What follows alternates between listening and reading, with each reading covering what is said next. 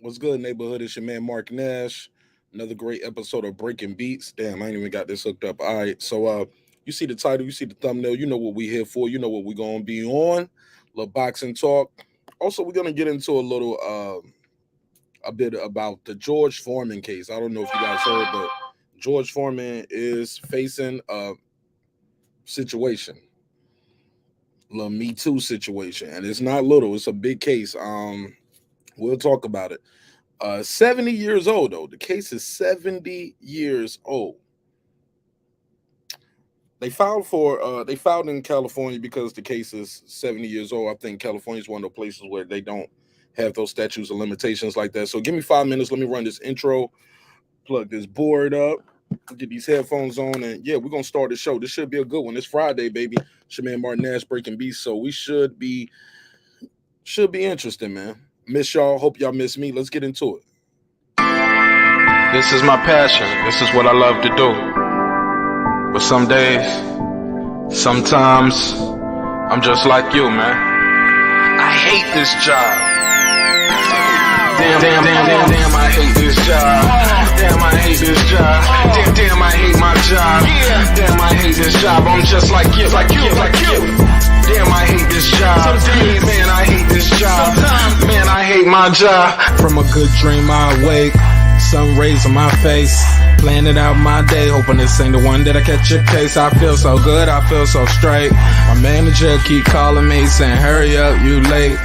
Hurry up, you lay off. Y'all, man, I hate this job. Man, I hate this job. Been trying to play it cool, but it's hard to play it off. I've been hanging on to this bullshit, cause my car still ain't paid off. I know I'm on my way up. My boy just got laid off, so y'all, man, I hate this job. Man, I hate this job. These hooks is so ratchet. These hooks is so sneaky. Y'all don't even really pay enough for y'all to only pay bi-weekly. I'm trying to double up my cash. Take this job, shove it up your ass. Yo, man, I hate this job. Sometimes I wanna say, walk in and slap my boss. This shit is getting hard. Damn, I hate this job. Gotta make it out of this struggle, bruh. And I don't really mean to take it out on you. You just a customer, but damn, I hate this job.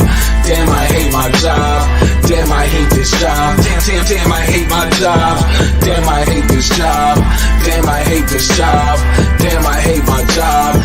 Damn, I hate this job. We're the reason why your stockholders always stay afloat. Yet I'm asking, are they hiring? Like everywhere I go, schedule will say 9, but I think it's fine if I clock in at 9:04. I work 40 hours a week plus overtime just to be bro. So y'all, man, I hate this job. Hate that I applied. So much has transpired since the day that I was high.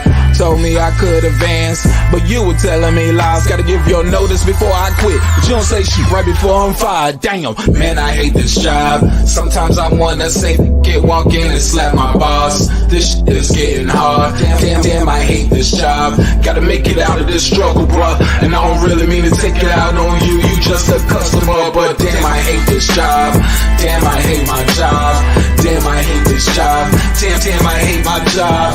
Damn, I hate this job. Damn, I hate this job. Damn, I hate my job. Damn, I hate this job. You and your procedures, you and your protocol, you and your policies, none of that shit don't apply to me. You and your quotas, you and your standards, you and your 2 sick days a year. Y'all niggas bananas. Wonder why the postman's posted with hammers, going postal with Popo on camera. His wage got him enraged, stressed out, it's hard to maintain. He flips the middle, grabs his. He said, if you don't get the picture, I quit, you ain't shoot. Mother, man, I hate this job. Sometimes I wanna say, walk in and slap my boss. This shit is getting hard. Damn, I hate this job. Gotta make it out of this struggle, bruh. And I don't really mean to take it out on you. You just a customer, but damn, I hate this job. Damn, I hate my job. Damn, I hate this job. Damn, I hate my job. Damn, I hate this job. Damn, I hate this job. Damn, I hate my job. Damn, I hate this job. Look, man, I hate this job. I put my pants on one leg at a time, just like you. I'm out here trying to take care of my family. Damn, I hate this job. It's not always glamorous, for real, but I do what I gotta do for me and mine, you know? Damn, I hate this job. Damn, I hate my job. Damn, I hate this job. Damn, I hate my job. Damn, I hate this job. Damn, I hate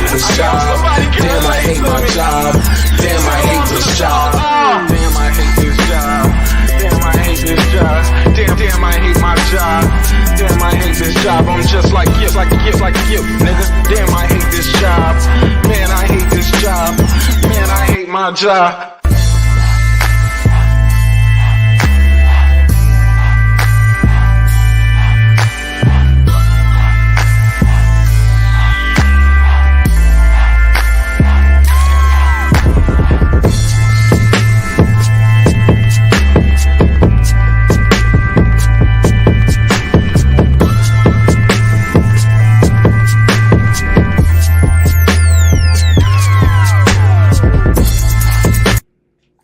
The views and opinions expressed in this program are those of the speakers, commentators, experts, and or the host. They do not explicitly nor necessarily reflect nor represent the channel's policy or the views held by the channel or broadcaster. The broadcaster or its channel cannot be held accountable for all or any views expressed during the program. Basically, if I didn't say it, don't come for me. You come for the person who said it. And please don't sue me for somebody else's words. With that said, let's start the show, motherfucker. This that squad sound.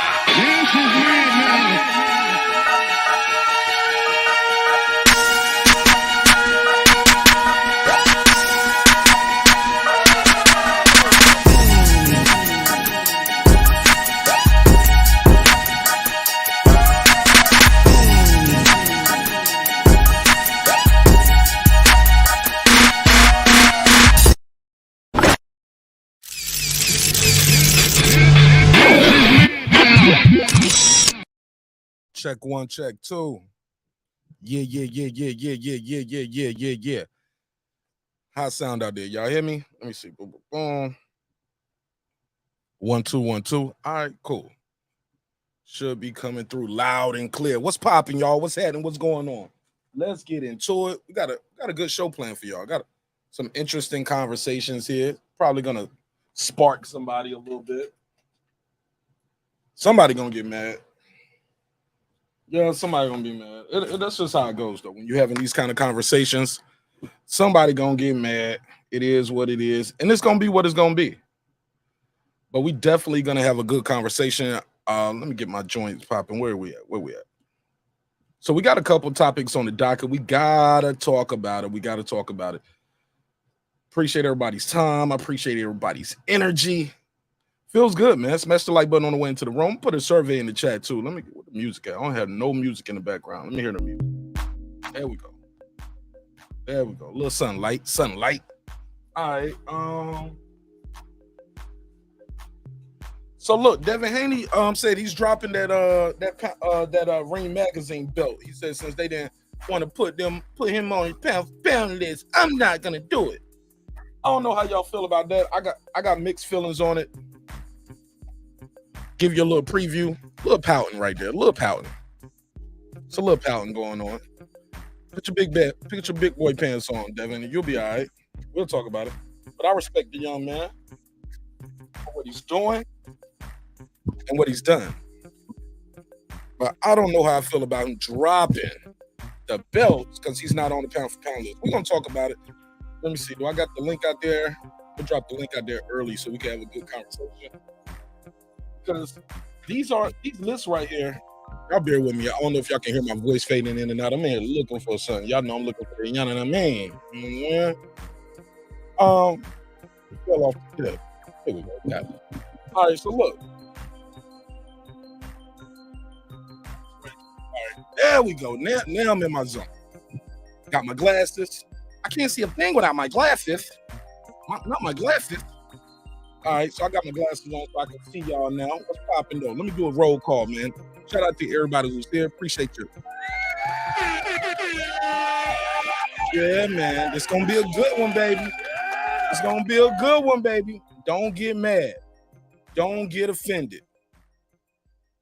But I'm gonna call some of y'all out on your bullshit tonight. Oh yeah, make some noise for me. I'm gonna call some of y'all out on your bullshit. I got to. Let me do a quick shout out to everybody who's supporting the channel in a major way. Do this roll call real quick to the members. Shout out to all the members. What up? Shout out to Matty Yoel. What up? Deuce Times. What up? Brandon Washington. What up? Born Supreme. What up? Karma Serene. What up? Lisa Bells. What up? That guy Eclipse 330. What up? Ace Retro. What up? Lady Shan Dun Dum Season. What up? Jake Lago. What up? Boxing Lounge. What up? Tank the Sweet Science and Stamina. What up? My boy Puro. What up? D Bevel the Champ. What up? Rob G Films. What up? And Derek Lincoln. What up, gangsta? Appreciate y'all pulling up, man. Let me see who in the chat. All right, Puro, I see you. What up? What's good with you, man? Poppy Chubby. What up? Clips in the building. What up? Clips said neighborhood is Friday till it's Monday, y'all. Hey, what's up, my G? What up, gangsta? All right, Mad Dog H, what up? What up? He said, the way I see it, every undisputed champion should be in the pound for pound list. Shit, you can make a case for that. Should make a case for that. Why not? Why not? Should be, right? Arguably. But we'll talk about it. It's debatable. It's a debatable conversation. So we'll have something with that. What up? My boy Puro. What up? Okay, he said the volume is good. Okay, boom. Got some shout outs, some more shout outs. Con Shiner in the building. What up? He said he's not off all pound for pound lists.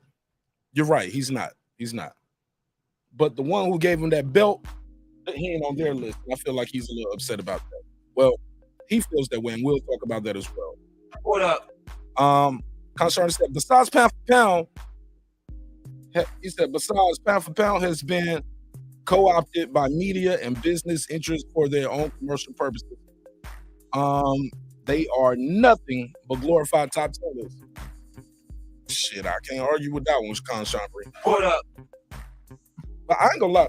You might have some people on your pound for pound, but they ain't your favorite fighter because their style isn't appealing to you or it's not entertaining, but you still got to respect what they've done in the sport. So I get it 100%. It said pound for pound was for Sugar Ray Robinson. It's not a list. It's a list now. What up? They damn sure making a list now. What up? Church thing said he would team Haney all day. What up, gangsta? Carl Chandler said these days they put anybody on the list, including heavyweight, which defeats the purpose of. What up? Right about that. Did you put kambosos on the pound for pound list? This is my guy Jay. Jay, I don't think kambosos were undisputed though. He wasn't undisputed. So gotta put a case on you, Jay. He wasn't undisputed. All right, and I see Passionate Bliss in the building. Passionate Bliss, what up with you?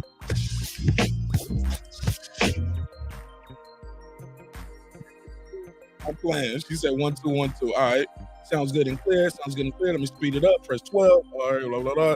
Can we all just get along? Blah, blah, blah, blah, blah. Anything else? Mike Anderson, what up, Mike? Damn, Mike, how you been, bro? What's poppin'? What's good with you? What's good with you? What up? All right, HLD in the building. What up? What's up, HLD? He said, what up, country nigga? What's up, Todd? What up? What's popping with you? He said, okay, Puro makes everybody mad. Nah, he good. Boston Scientists in the building. What up? We run through these. Make sure I got that link out there. Go and put the link out there now if anybody want to pull up. Chop it up with me. Constantino, he said the Boxing Scientists. HLD became a member. What? Let me get HLD a drop.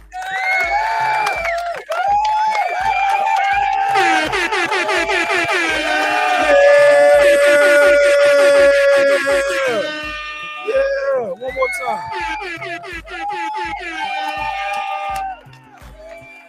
Welcome to the neighborhood, man. Welcome home. Welcome home. Welcome home to all my neighbors. Shout out to all of y'all, man. I really appreciate it. We're going to have a good time. HLD, I do a members post-game show at the Every Live, bro. Very consistent with that. I've not stolen nobody money. Yeah, not yet. But we definitely out here trying to do these shows consistently. They're not always post-game what we talked about. A lot of times I have different topics. Ace Retro, okay, your shout out earlier, but you get another one. Uh-oh, do I see my guy New Media Today, USA Boxing? Just became a member. Hey! All right. Shout out to Coach Mel. All right. Kyle, boxing section in the building. What's up, Kyle? Boxing section. I see you, man. What's poppin', my G? All right, let's get this shit started, man. Let's get this shit started. Let's get into it. Shout out to everybody out there. The link is out there. I'll pin it at the top of the comments. We'll put a survey in the chat. We're going to go through this. Devin Haney. Devin the Dream Haney is not, I repeat, is not on the damn pound for pound list. Now, I know some of y'all love Devin Haney, and when you find out he ain't on the pound for pound list, your first reaction is silence. Or you might be thinking, I want to hear that. But it is what it is. This list is very subjective. It goes from person to person, however they may feel. I'm going to put this quote up on the screen from Devin Haney. Again, we're going to talk about this George Foreman Me Too case too. I got some details from this case. We're going to talk about it. I remember when it first came up, we briefly touched on it when the accusation was out and George Foreman was saying, hey, somebody's trying to extort me. But now this is kind of went somewhere else. And the case is 70 years old for what I'm reading. So we're going to definitely talk about that. The 70-year-old Me Too case. But without further ado, I got my guy Puro in the building. He's part of the neighborhood. What up, my guy? What up, though? What's up, Mark? What's going on, big time? What's popping with you, my G? How you feel? What's the deal? Same old shit, different day, brother. You know, chilling. All right, cool. Talk to me, man. Is Devin Haney on your pound for pound list? He's not. I'm fucking with you. Okay.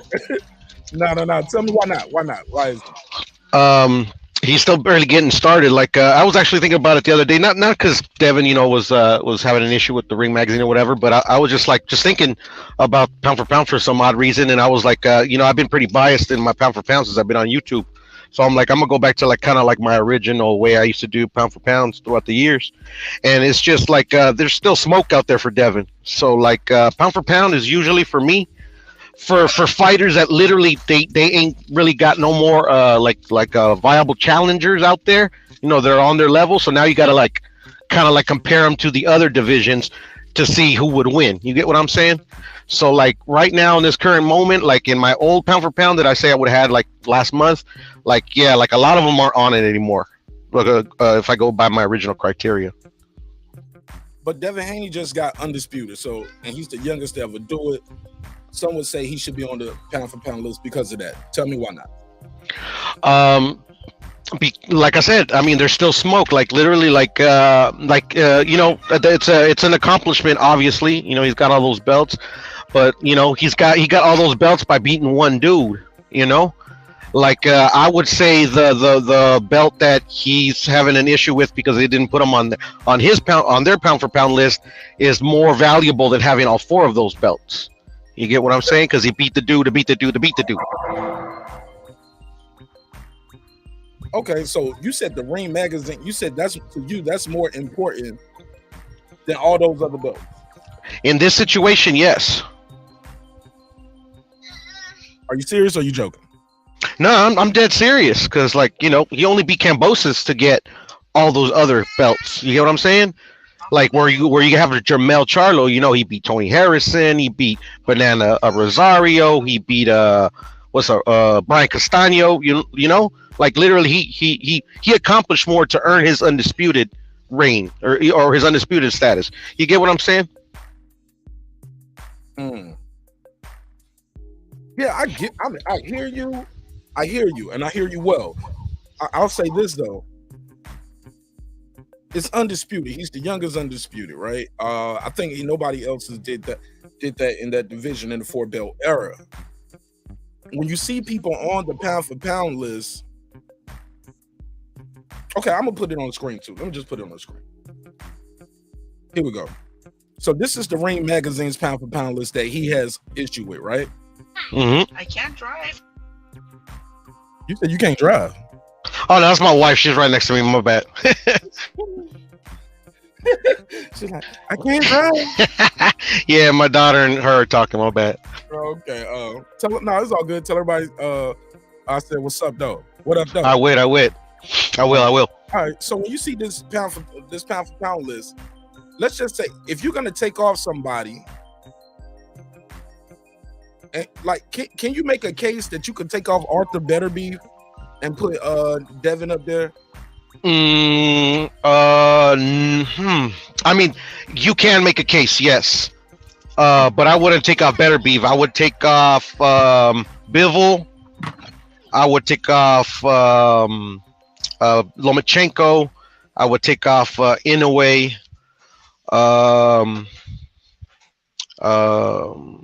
Yeah, I'd probably take off Better Beef, to be honest. But then I would have to replace them too. I forgot who like off the top of my head, I forgot who I replaced those dudes with. Devin Haney. What happened? You replaced him with Haney. No. Devin Haney's not on my list. Yeah. Only reason I say that because when I think of Arthur Beterbiev, is Beterbiev, right? Yeah, Beterbiev, Better Beef. I don't know. I say Better Beef all the time. I don't know why. Yeah, right, because these niggas on YouTube got to saying his name wrong all the time. It's Beterbiev, all right? Yeah. We keep saying Better Beef. But on the real though, bro, like I think the dude is a phenomenal knockout power puncher type dude. Skill for skill, check for check. I don't see him doing some of that shit in the ring that I think Devin does. But that's me personally. Also, Josh Taylor is up there. So let me ask you this. He's undisputed. Well, he's not anymore. He dropped the belts. He did. Dimitri Bivol.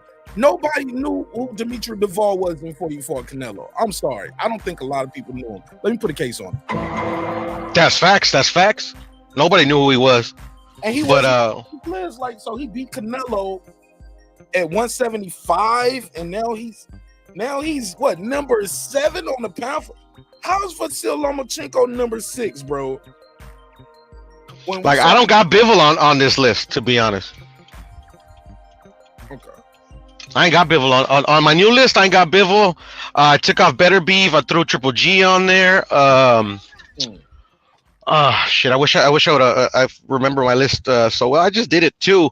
It's just like I just remember, like coming up, like when I first started doing actual pound for pound lists, right. And like and recently before I came on YouTube, like the pound for pound wasn't reserved for like fighters that just barely got started or fighters that like won vacant belts or stuff like that. It's just the belts have been so diluted with the fans and with the sanctioning bodies. It's like it's almost like you can't even use the belts as a metric to see who's the best. Slow down.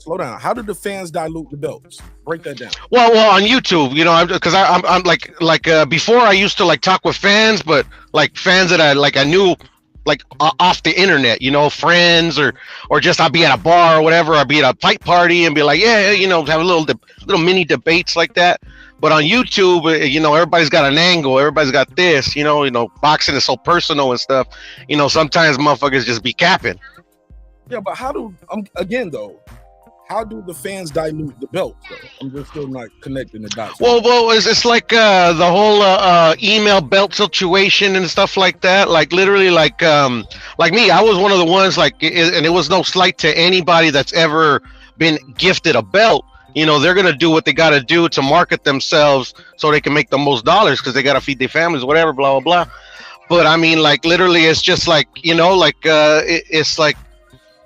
I was the one where it's like I didn't like how he got his first belt, but at the end of the day now, he legitimized himself more as a champion than he did before by beating kambosos because kambosos actually beat somebody that earned his belt, off somebody. You know what I'm saying? Instead of just winning it vacantly or not vacantly, but a vacant belt. I don't know.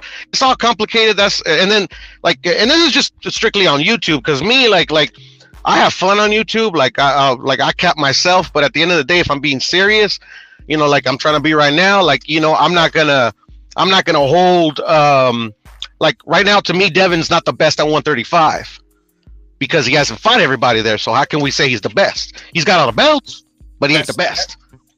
That means you're number 1 though. No, it doesn't. To me, for me though, for me to truly your number 1 is that you beat everybody. Okay, know the problem with that? I'm gonna tell you the problem with that. You're never gonna beat everybody because it's like the NFL. Every year somebody coming out the league. NBA. Every year a group of people are coming out of that draft. Every year people are moving up to 135. You're never gonna and when you try to go up in weight, people gonna say you duck. Hold No, on. but you know what I mean. Oh, go ahead. Go ahead.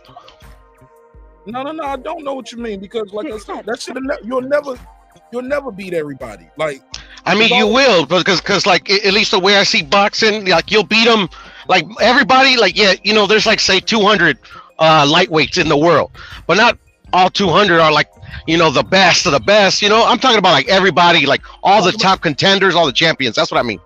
I'm talking about the top guys. Even if you just pick the top 10, that's that's 10 years.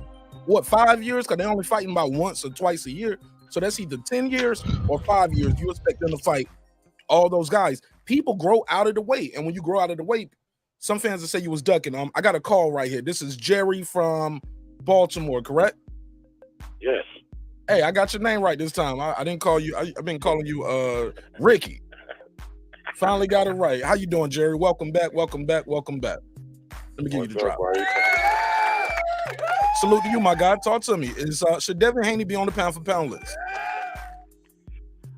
You know, I'm gonna be honest with you. I don't typically indulge in pound for pound lists because they're hypothetical, right?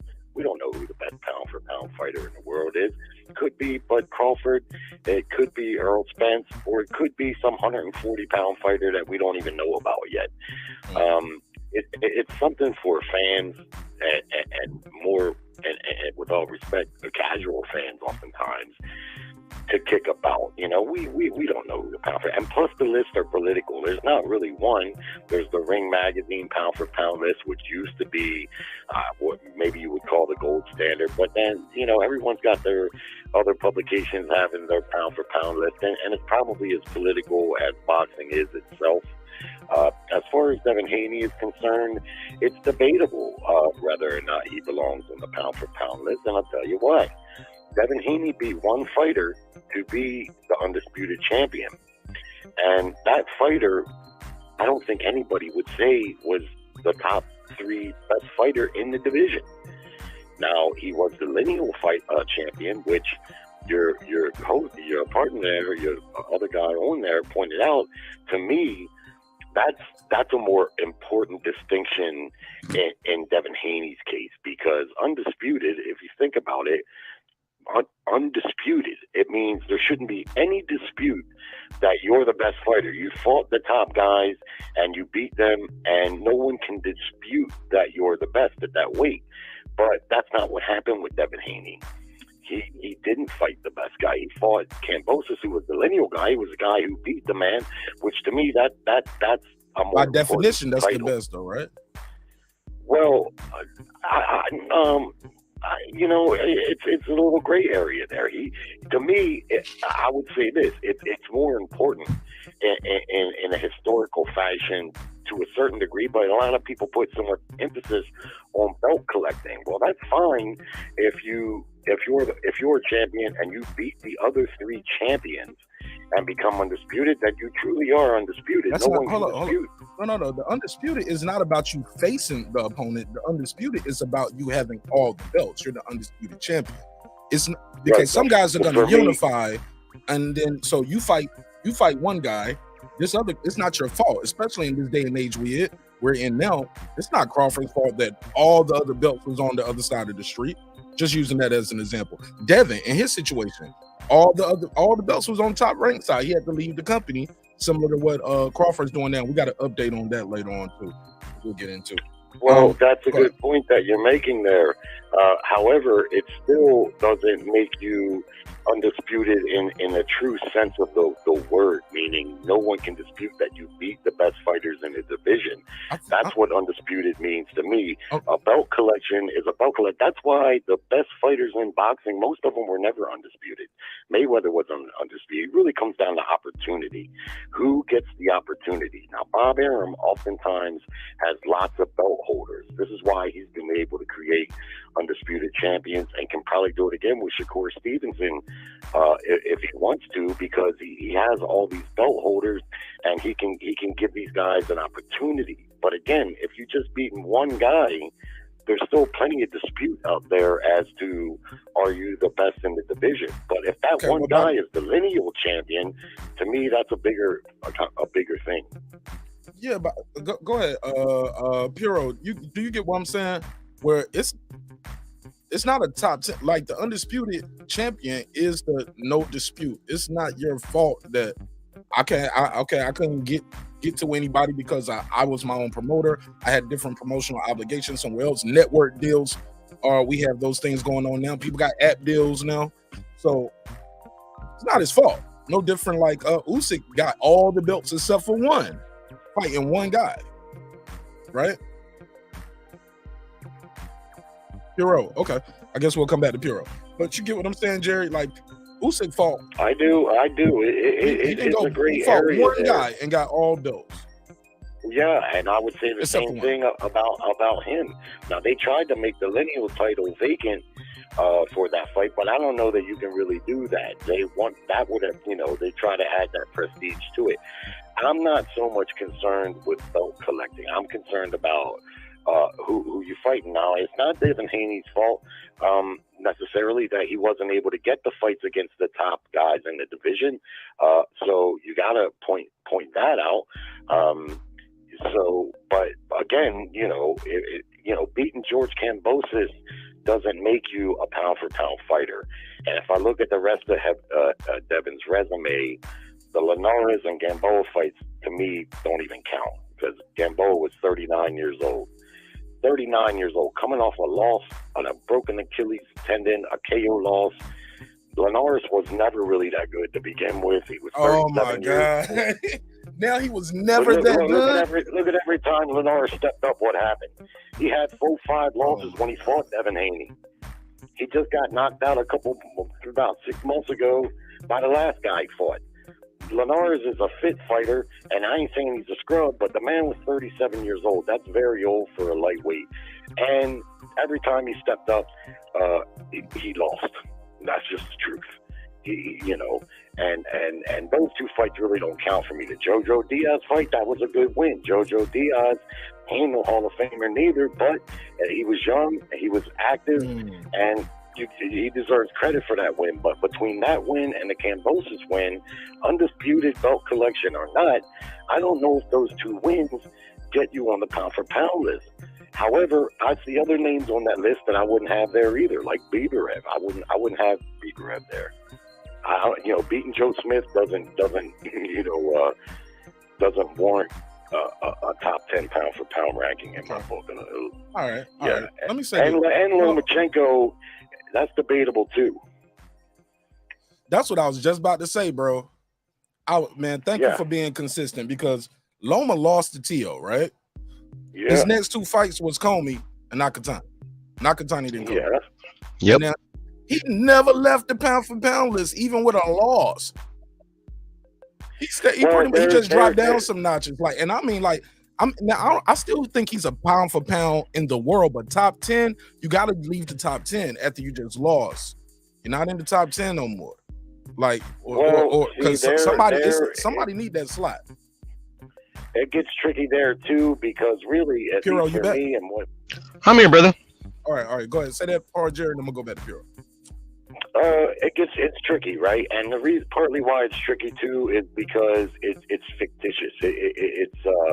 It's based on opinion, but it's tricky there too because the pound for pound list used to be about your whole body of work, and for me, it still is. Lomachenko has a better resume in 15 or 16 fights than all those guys put together. He's fought more champions. He beat Gary Russell in his third fight.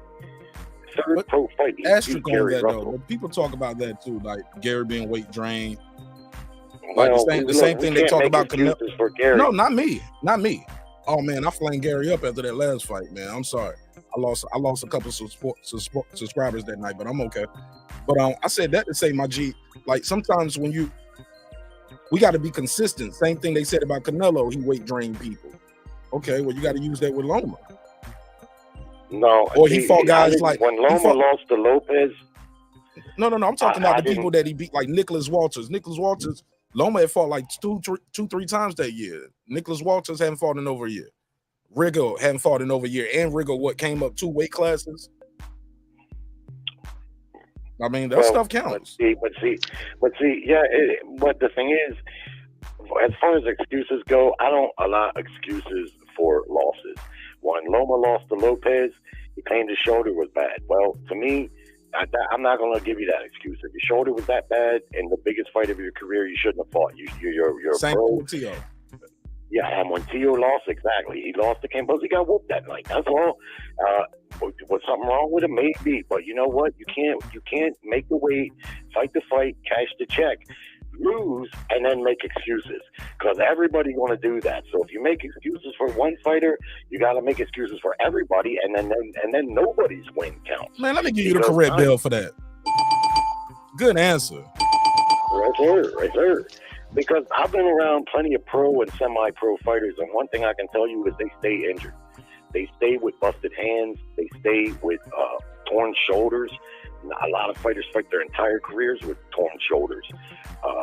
Andre Ward had a torn shoulder most of his career. And if you listen to Gary, when he lost that fight against the Filipino guy, and in the interview at the end, he said his shoulder was bad. But if you listen closely, he says he's had that injury since he was an amateur. He's fought his whole career. So that means the fights he won with that torn shoulder. That's a very common boxing injury in boxing. But a lot of boxers won't get it fixed because of a couple reasons. One, there's no guarantee it's going to make it better. It could make it worse. And two, there's oftentimes a lengthy rehab with that. And if they don't want to put their careers on hold because boxing will forget about your ass real quick. You know what I'm saying? Oh, and you know what? Let's keep it a buck too. And I'll go to Pure on this. Clips put something interesting in the chat right here. And a lot of people putting something interesting here. But it goes back to what you were saying about Pure. You got to fight everybody, right? You got to fight all the guys. At least fight the top guys. We don't expect you to fight all 200, but beat all the top 5. Beat the majority of the top 10. But it's about opportunity. It's about the check. It's about who has the leverage and who wants to fight you. Knowing what we know now, he was never going to fight Haney. Remember? No, because Tio said it out his own mouth. He said, yeah, they already knew what I was going to do. I was going to drop the belts. So who wasn't going to get that? That's not Haney's fault. No, it's not. That's not Haney's fault. And Tio, I hate that he said that. I was like, that's something you could have just kept to yourself. It's like, shit, it was a setup. You know what I'm saying? It was a setup because, they knew what I was going to do. I was going to drop the belts. I wasn't going to fight him. He was going to have to go out there and scrape him up, get him out the mud. You know what I'm saying? Like he thought that was what's up. Like, that's cool to say, like, no, I'm going to drop the belts. Like, oh, man, give me your reaction to that, Jerry. Where he's saying, like, if Tio had beat Kambosos, the Lopez versus Haney fight wouldn't have happened. No, but that, I think, primarily is because Lopez was busting at the seams at that weight. He could no longer make that weight, and that's one thing I do believe for sure. And I think Haney is dangerously close, too. I know Haney's a conditioned athlete, but, man, the guy is really big at 135, and if I was him, unless some kind of big money fight appeared, I don't know if I would fight Lomachenko at 135 if it's bearing down on him like I think it was Lopez. These guys get bigger. The good news about Devin Haney is this.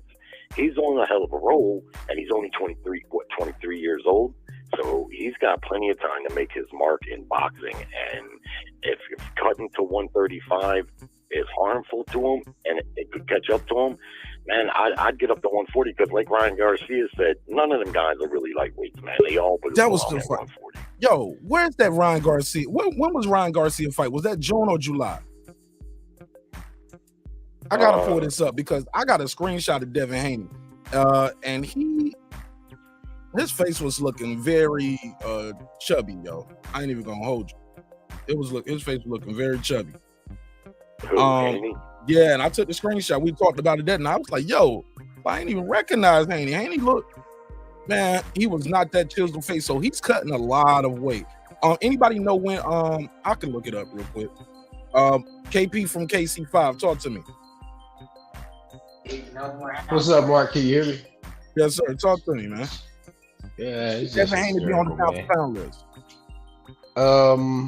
Should he be on the pound for pound list? That's a tough question, but he should be considered to be the top lightweight.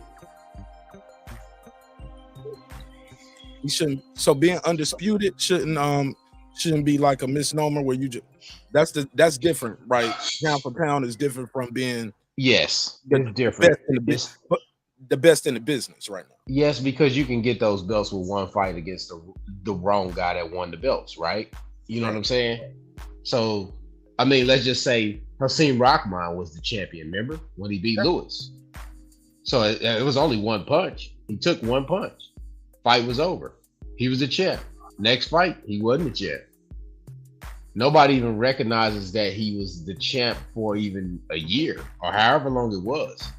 So things like that happen in boxing. That's the kind of sport it is. But to diminish what he's accomplished by winning those belts at such a young age, I mean, I think that's kind of foul. You know what I mean? And for the network that he fights on to diminish it, it's kind of like pissing on their own fighter and saying, we don't want him. You know what I mean? It's like they're saying, we don't want him to have the belts.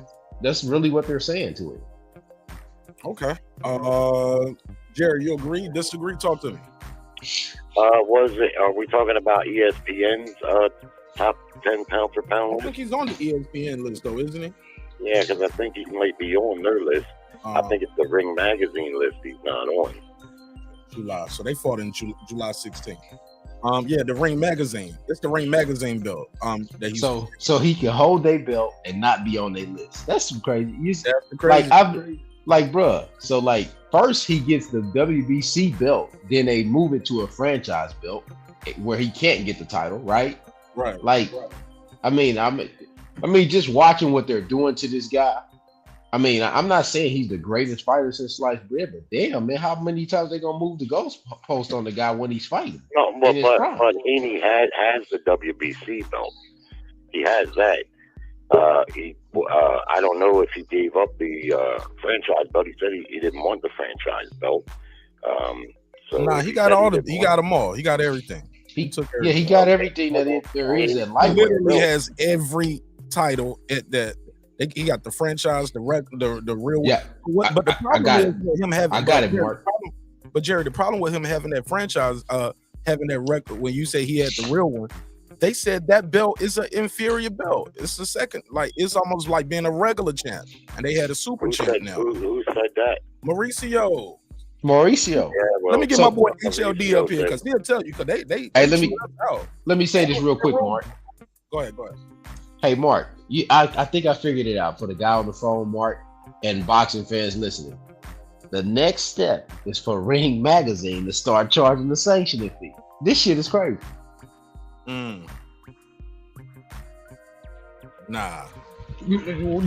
Mark, come on, Mark. It's a recession, bro. It's a recession. Hold on. They don't. Nobody pays nothing for that. Not that I knew of. I've never heard of Ring Magazine having a sanctioning fee for that belt. You said never heard of it. It never heard of it. I couldn't resist. Can I speak up? Can I keep it a buck, fellas? Go ahead, Piro. Keep it a buck. Well, that's the thing, and that's what I've been saying, for the longest. Like, we gotta hold the fighters accountable, but the thing is that they don't know us. If we do have the pleasure of like interviewing or talking to them, I mean, are they just talking to us to promote themselves, or are they really being 100 with us? That's why the fighters, they're the ones that have to hold themselves accountable. And like not just Devin Haney, but any fighter that doesn't hold the WBC, IBF, WBA accountable on how they move, this is what they get, unfortunately. Like these fighters need to start calling this shit out. Well, the fighters got very little power in that regard. They're at the mercy of the sanctioning bodies. The fighters are the only thing honest about the sport.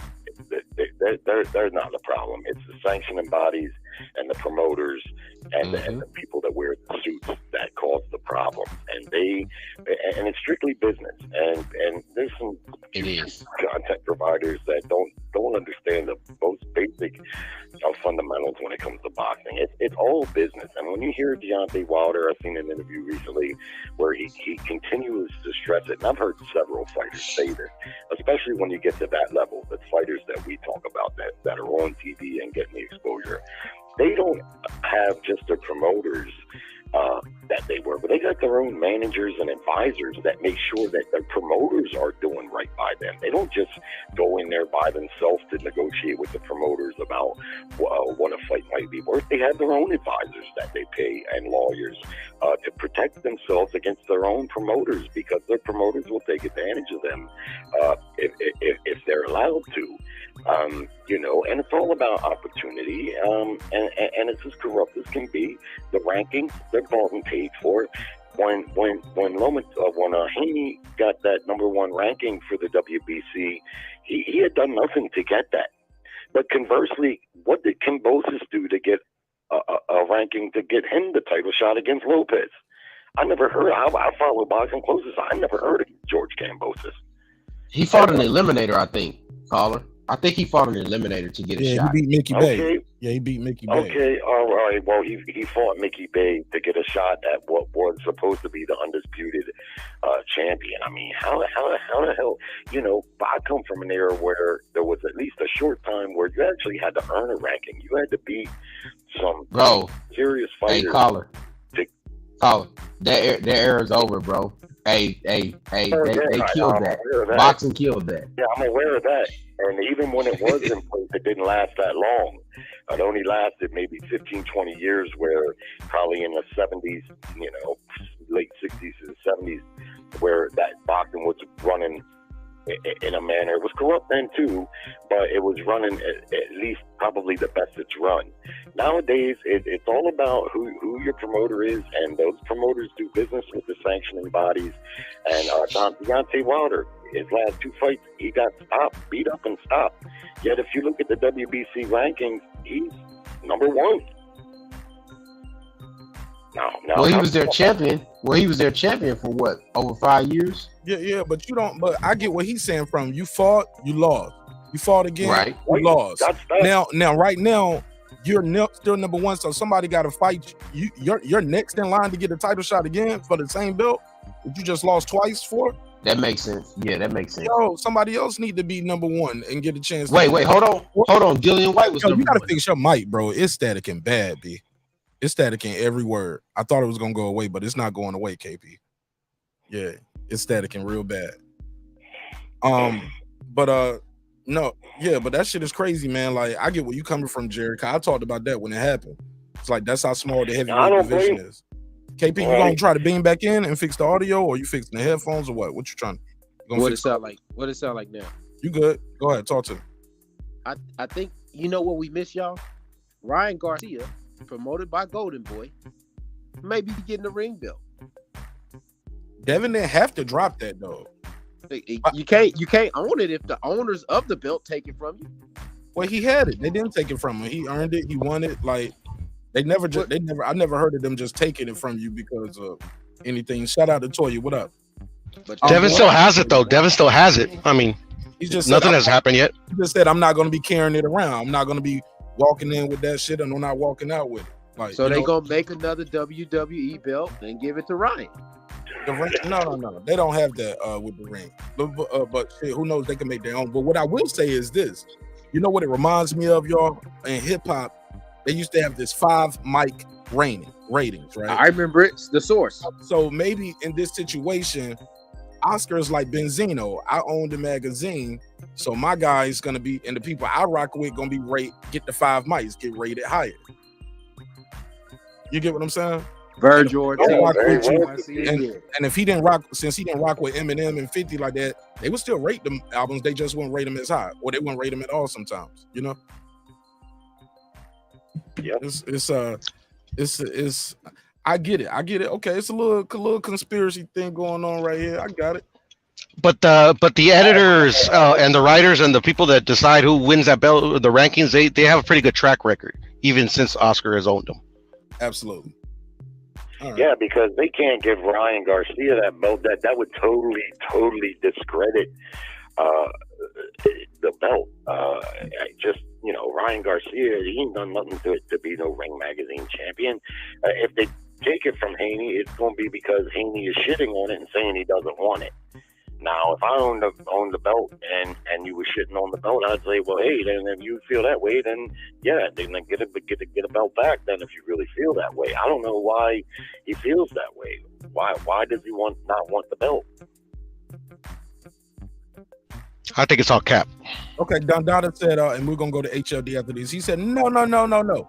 Ring Magazine has a lot of vacant titles because it has to be number 1 versus number 2. HLD, talk to me.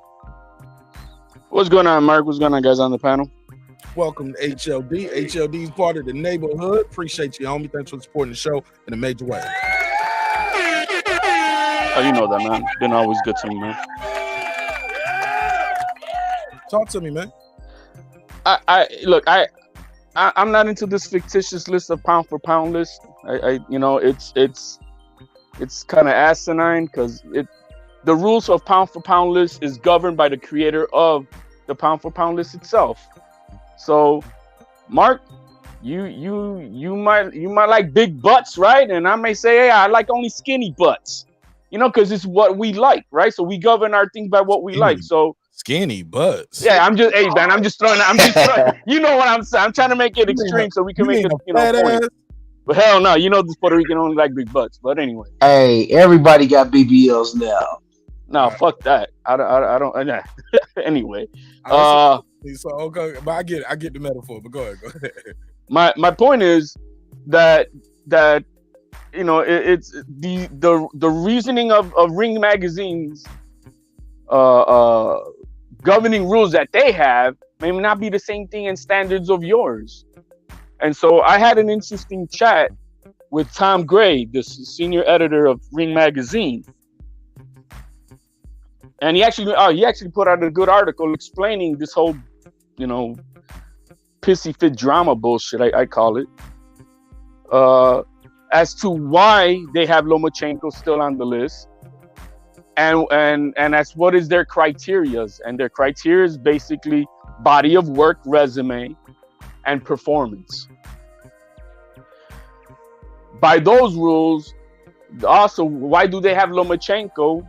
He noted, you have never had a number 1 pound for pound guy to lose just one fight and totally drop off the list. That's their reasoning.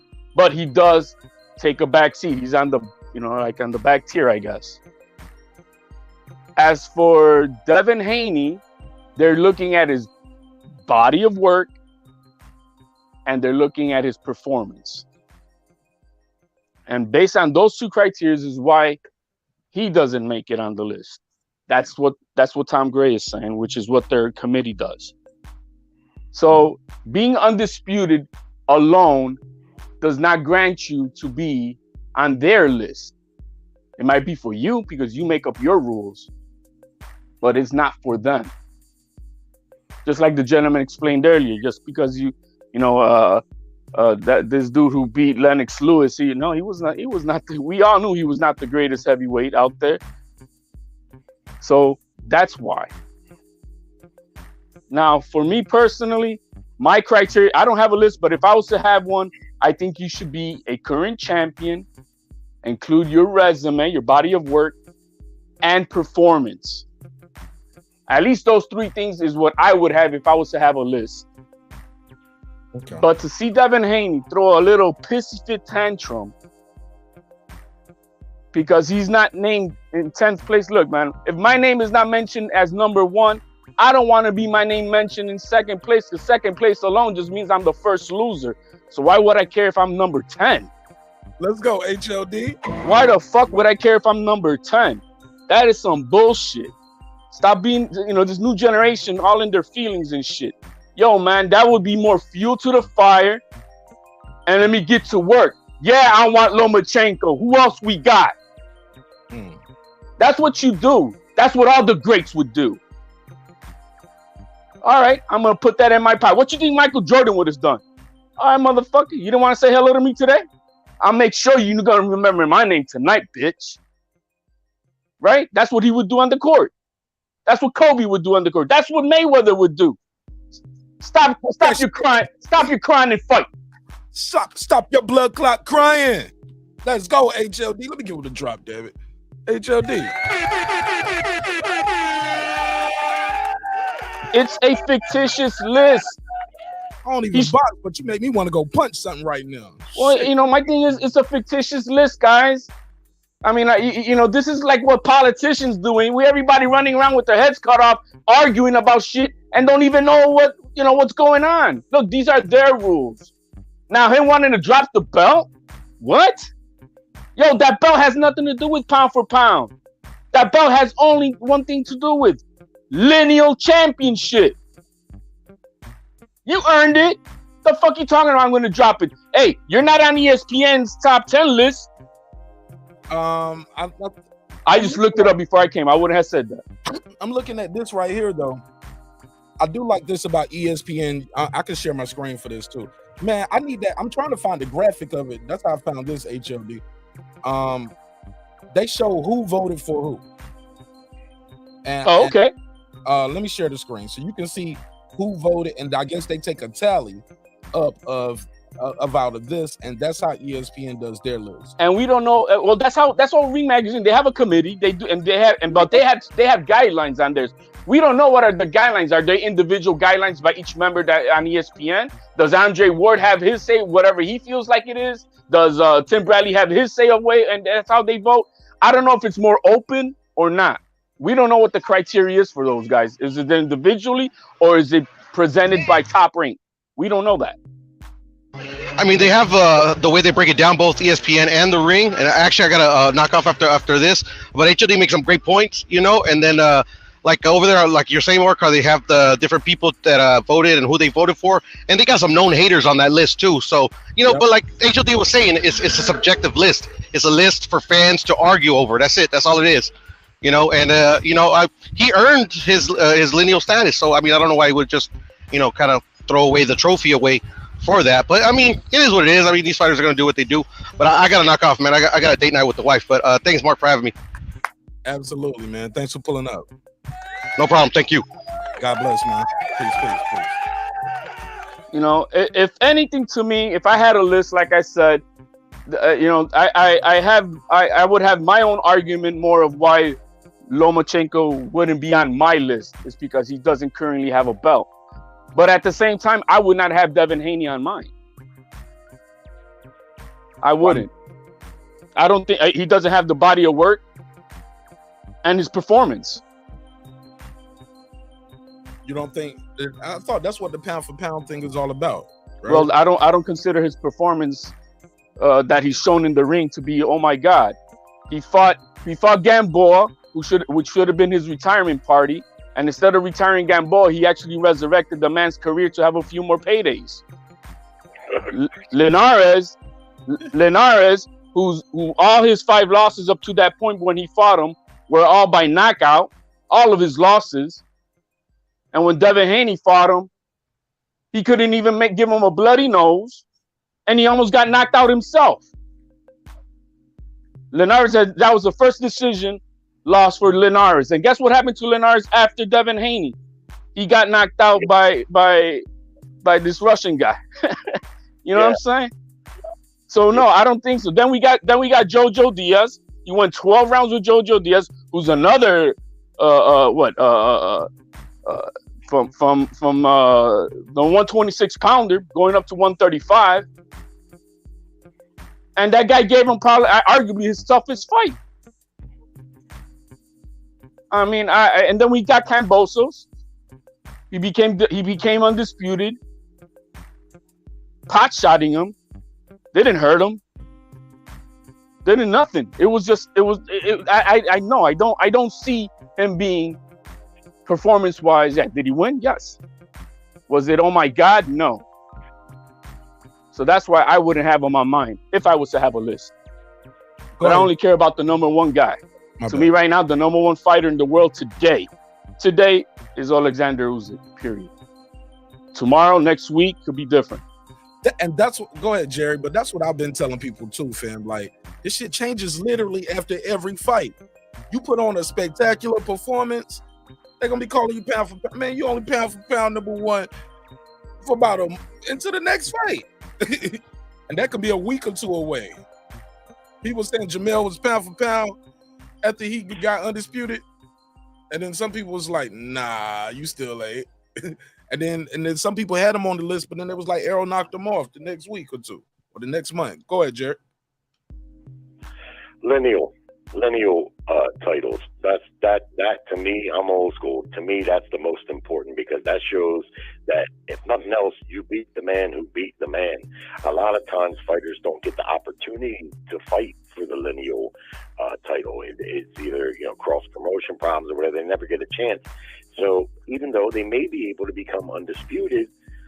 And like I say, I take that term, a little bit more literally. Undisputed to me means there's no dispute. You beat the top guys in the division, and that. But see, technically, the top guy don't always have the belt, like you said, though, Jerry. Well, that's what I'm getting to. Yeah, sorry. Technically, what it means is you have the belts. You have the belt collection. Even if you just beat one fighter and he wasn't the best in the division, you got all the belts, so they call you undisputed. But really, there's still plenty of dispute because you haven't fought and beat the best guys in the division. You see what I mean? And this is a theme that you keep hearing tonight because that's where things get tangled when we talk about undisputed. It sounds impressive, but if you're going by what it really should mean, it should mean you've beaten the other guys in the ring. But like we talked, fighters don't always get the opportunity to do that. But if they can win all the titles in one fight, then they're called undisputed. And there's a lot of gray area there for why you're hearing people this same theme come up as to why Haney should not be on the pound for pound list. The good news is for Devin Haney, he's very young. He got plenty of time to get on there. I could look at, the list that I've seen and I could say, pick it apart and say, well, this guy maybe don't belong on there right now. Maybe this guy doesn't belong above this guy on there right now. You could make an argument that Bud Crawford should be above Usyk. But Usyk, his name is hot on everybody's lips because he just fought. But Bud Crawford was an undisputed champion too. Bud Crawford is a multi-weight division champion also. And he's got more fights than Usyk. But, Usyk, I guess, he's in the news right now. And so they got him above Bud Crawford. But you could make a solid argument that it shouldn't be that way. And that's the thing, we're making too much of the pound for pound list when it's subjective and it's up to the creator. Yeah. I got a question for you. Piggybacking off of what, building off of what, because I ain't doing no piggybacks, HOD. Building off of what HOD said, right? Piggyback, like HOD, give me a ride. Going to Jerry's house. Hey, nah. Beep, beep. Let's go. What my drop said. Feet of it. Hey Jerry, but what do you feel about Devin and the tweet though saying like, do you feel like he's pouting? He said like he went on a little Twitter rant, and I'm looking for the other tweet where he's saying he said, yeah, here we go. The Ring Magazine could keep their belt. You won't see me with it before or after this fight. Did you see the tweet? Did you see the tweet of the CEO of Ring Magazine? What he said? Oh, let me go to it. He replied. He clapped back. He clapped back and said, "What he said? Just mail it to us, champ." Oh, that's a shot. Like calling the email champ.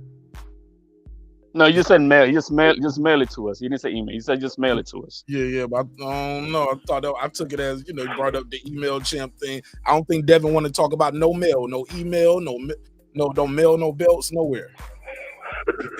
I don't think he want to hear nobody talking about mailing belts or nothing. Oh shit! What's going on Twitter? Damn. Go ahead. Who is this? Click with Sir Senior pulls up. What's up, Sir Senior? How you feel? What's the deal, homie? What's up, bro? I'm feeling good, man. Salute to everybody on the panel, man. Everybody in the chat. Talk to me. Turn up, man. Let's get into it. Should Devin Haney be on the pound for pound list? Of course, Devin Haney should be on the pound for pound list. Break it down. I mean, think about it. When have you had a true undisputed champ like this? He got the email belt. He got the franchise belt. He got the WBO, the WBA. He got the haircut award. He got all of them. The only thing he ain't got is the underwear model champ, and he going for that one. Look at the picture. Yo, this thing right here. But respectfully, he's the youngest dude to ever do this, man. And in the 4-belt era, he's killing it. He should be up there. You got to look at pound for pound, supposed to be that your skills and abilities, not just your accolades, but your skills and abilities could beat anybody up to heavyweight if the weight is there. And honestly, he should be on the list. He shouldn't be the top of the list, but I mean, it's 10 people. You telling me he couldn't be number 10? Respectfully.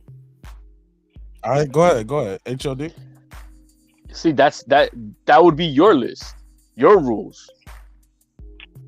That's not Ring Magazine's rules. That's not their criteria. Nothing that you said has anything to do with their criteria, which they put it out there for you to see and understand how they go about it. So now, because you're the youngest, that has nothing to do with it. Nope, none of that. Skills and it's based on body of work and performance. That's it. You know, if that's the case, Bam Rodriguez should probably be up on that list, because he's one of the youngest doing what he's doing. He's gone up and down now in weights and been beating people's asses. I respect Shakur. Shakur's status is in there. I see that. But I don't have a list of my own, but I can see why Shakur's under. I think he's as of today, he's the best from 135 down or so, 135, 130. He's the best, period. Okay, let me say this. This guy right here, Douglas Fisher. That's the big guy, yeah. Very immature. 52-year-old married father of 2 young adults, editor-in-chief of Ring Magazine. What he's doing right here this is wrong. He shouldn't even got involved in this, because I get it. You are the editor-in-chief, but again, you're a 52-year-old man. This guy is old enough to, you're old enough to be his father, right? The guy is on Twitter doing what young people do on Twitter. He's venting about the list. So I see what HLD is talking about right here. He replies to Devin. He said, then mail it back to us, champ. He said, no problem. DM the address. I have it sent out, brother. All praise to Allah. Praying hands, all right?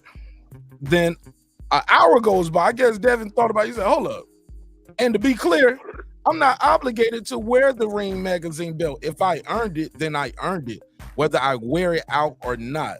So to ask me for it back shows y'all never wanted me to have it in the first place. Cat. Cook, young king. That's Cat, because he's the one who say he doesn't want it. Right. So then 2 hours later, they still at it. So this is 2 hours. Oh shit! I didn't see all that. 2 hours ago. So somebody had said something, and Douglas Fisher replied to it. He said, right. He said, you can keep it. Okay, then let me keep it. Devin said, come get it, motherfucker, and get it in blood. I'm gonna beat your old ass. Okay, he didn't say all of that. He didn't say all of that. Put a case on me. I said that. I said that part. You can see it on the screen. Put a case on. I'm just joking. I kid. But yeah, he did say, come get it. Well, what's 52 got to do with it? Hell, I'm 53. Well, I'm just saying, you ain't in fighting shape, man. You don't want to do no rounds with Devin Haney, man.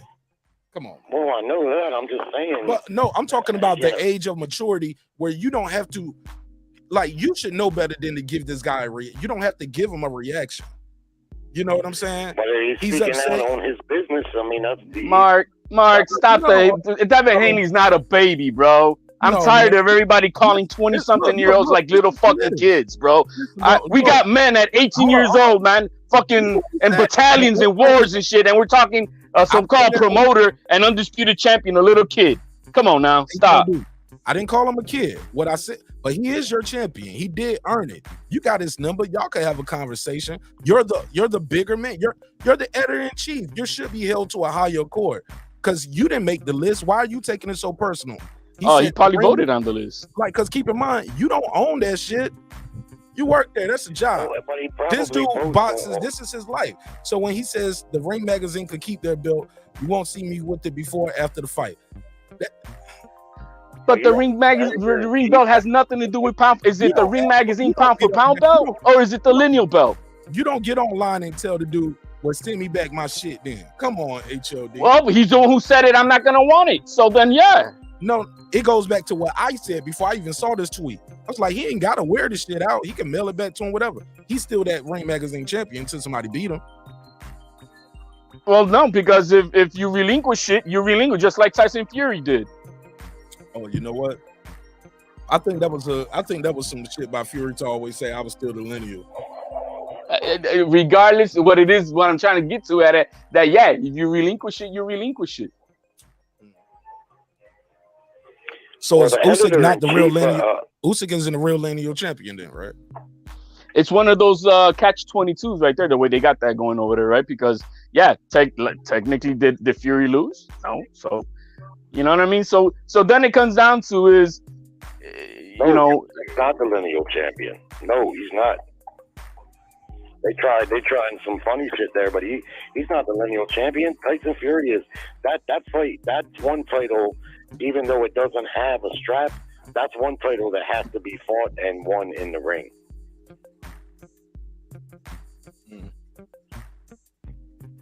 Yeah, I mean, think about it. That's the man who beat that. Now, Devin Haney's got all the belts. Nobody can call him a paper champion any longer. He got all the belts. And like you said, he's the Ring Magazine champion, really, regardless. Now, if he relinquishes it, it's a technicalities and gray area. But he's the lineal champion. He's the man who beat the man. And really, that's really what should hold the most. It's no different than when Lomachenko got elevated to franchise. He didn't lose no damn belt. He got elevated. No, and it is different because he actually fought for it. And he didn't run scared and got a French fries belt. Nobody's scared. Devin Haney was never a mandatory, nor ever in the last 3 years has he ever even petitioned to fight Loma. Man, Loma knew he wanted that fight. Everybody know Loma. Man, nobody's gonna fight an interim champion when you can unify. Loma wanted to fight Tank. Come on, bro. We gotta keep it real on both sides, bro. Exactly. Everybody know.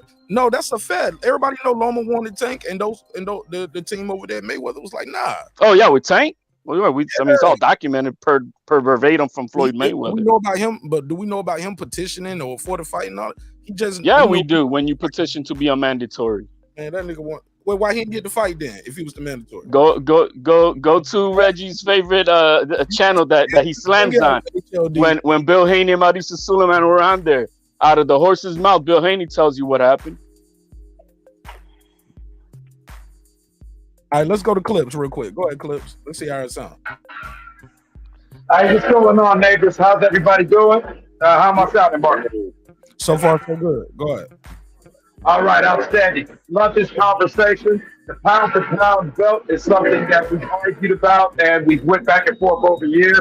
I do think that the goalpost has been moved in the last couple of decades to where now we have a different criteria that many of us 80s babies and old school boxing purists we don't agree with. But it is a new age. However, with all that said, let's not act like there isn't a serious contingent within the boxing elite that doesn't seem to want to give Devin Haney his respect. He's been dealing with this for a while. That's actually what made me a Devin Haney fan when I had to just sit back and just listen to how quickly people are trying to downgrade what he's doing. The kid is putting in work. That is a young man. That is a young champion. And as nobody has done what he's done as fast as he's done it. In the same way, I can't stand Ryan Garcia, but I'll give Ryan Garcia his flowers.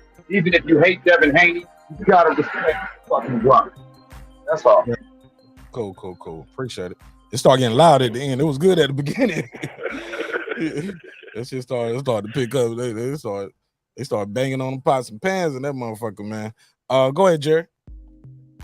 People are overestimating what Devin Haney has done. He beat George Kambosos in a 12-round decision in a fight where he was better than Kambosos in every way, but he chose to jab and grab all night. Now, it was a dominant performance as far as winning rounds, but was it impressive?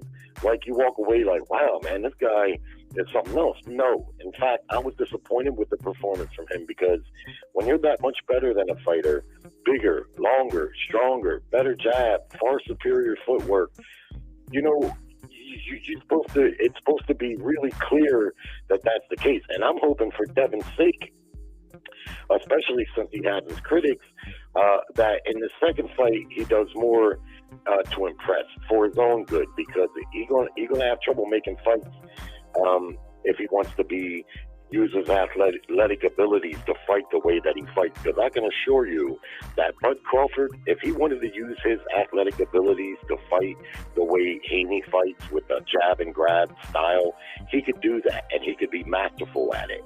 But thank God he doesn't do that. Boxing can't afford too many fighters like that. That's not master boxing. And I've had this debate with people in the past. They say, well, me too. You debated way about it on Wednesday. Yeah, that's not master boxing. No, Monday. Boxing is a master boxer will stay right in the pocket and use his offense and his defense at the same time, and he'll throw fast combinations. Pernell Whitaker is a great example, but hell, Hector Camacho is a good example. That's masterful boxing. Ray Leonard may be the best example. Using your athletic abilities, especially an athletic guy like Devin Haney, Earl Spence, he can fight that way. He could do the same thing and spool all night long. That's spooling. That's called spooling. That's why you've heard Haney get booed. Yeah, that's why you've heard that. Okay, let me see. Hold on one second. Call from George. Go for it. What's your name? Where you from, family? Yes, do I sound fucked up? So what? Do I sound good? You sound. I can hear you. I ain't gonna tell. Yeah, hey, look, I ain't gonna tell you sound good. You know what I'm saying? Like, they'll put a case on me. Come on. I'm like, yeah, you sound good. Brother. They'll kill me. They'll clip that part out. Go ahead, talk to me. What's your name? Where you from, family?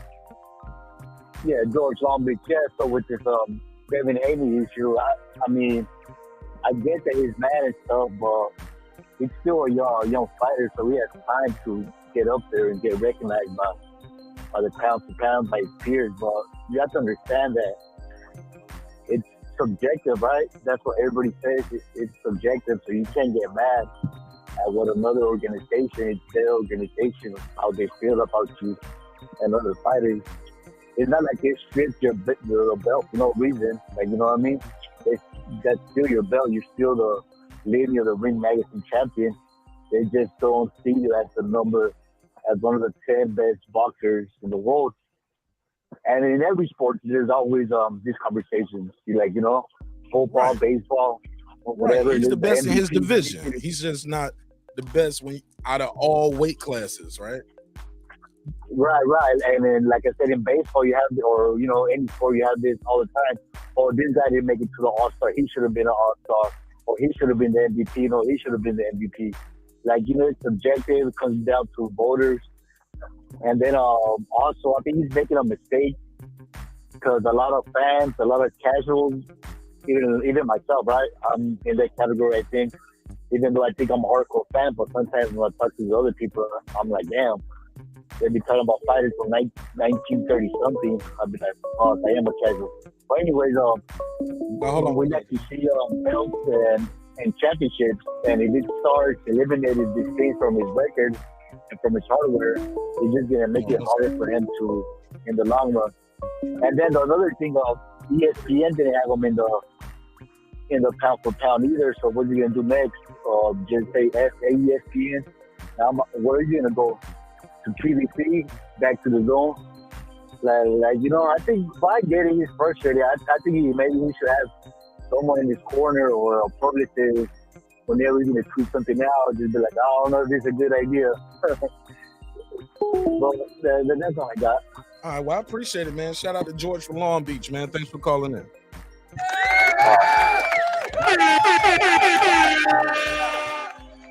All right, good call. This is Jerry calling back in. Jerry. Yes, sir. Why you just don't click the link and join the panel, man, so we don't just keep the line tied up? Because can't nobody else call while you're here. I'm charging my phone, but if you want me to get off, that's cool. No. I was just always curious why you just don't click the link and join the panel. You know. Well, I'm charging my phone right now. Okay. Well, I mean, you can be on the panel while you're on your phone. You can be on the phone on you. You do it that way too. Unless you got one of them old flip phones. Maybe your phone is taking over for the 992,000. All right. All right, let me get back to the panel real quick. Just hold on 1 second there. Let me HLD, Sir Senior, what'd you think of George and his call? Do y'all agree, disagree? Or did y'all just fall asleep while he was talking? He mentioned a few things there. I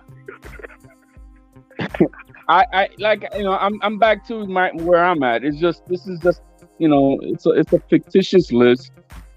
I would not be crying to be on no damn bottom tier damn list. You know what I mean? If anything, you know, with the pound for pound list, I think the top 5 guys are the guys that have the claim to wanting to be.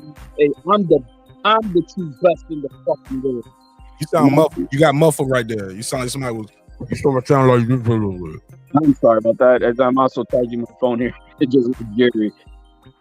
I think if you want to be crying about a spot, it would be for the top 5. If anything, because those are the guys that bro, HLD, we can barely hear you now. I'm sorry. I gotta charge up, man. Now you sound clear. Whatever, when you say I gotta charge up, man, whatever you did there, you good. Maybe I'm too close to the phone. Let me see. How about now? Yeah. Yo, dude. My bad. Yo, they're tongue kissing the phone, man. Come on. Come on, man. Don't kiss me through the phone. Right. Oh. Oh, Mark. Yo,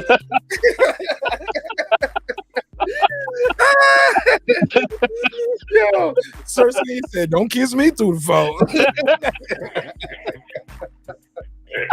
I just think that logically we have to read magazine or anybody. What is your criteria? And then when you explain your criteria on your list, it'll make sense to me why you have it your way. You read Mark's criteria, and it'll make sense why he has it his way. Ring magazine. On this too, after this HOD, I want everybody to give me their final thoughts. We're gonna get to this George Foreman story. I got to do that one. Copy. Well, one last thing. Hold on, let HLD finish his thought, please. Plus, he's a new member too. Members get pride. Sorry about that. But as my final thoughts, bottom line is, look, the Ring Magazine belt is a lineal belt. Nobody should be crying to be recognized 10th place or bottom tier of any damn fucking list. Like I said before, if you're not mentioned number 1, second place means you're just the first fucking loser. So why do you want to be on the damn list? It's all subjective. That's it. You know, if anything, use it as fuel to go kick more ass and keep on kicking ass. And bottom line, eventually you're gonna get your damn respect.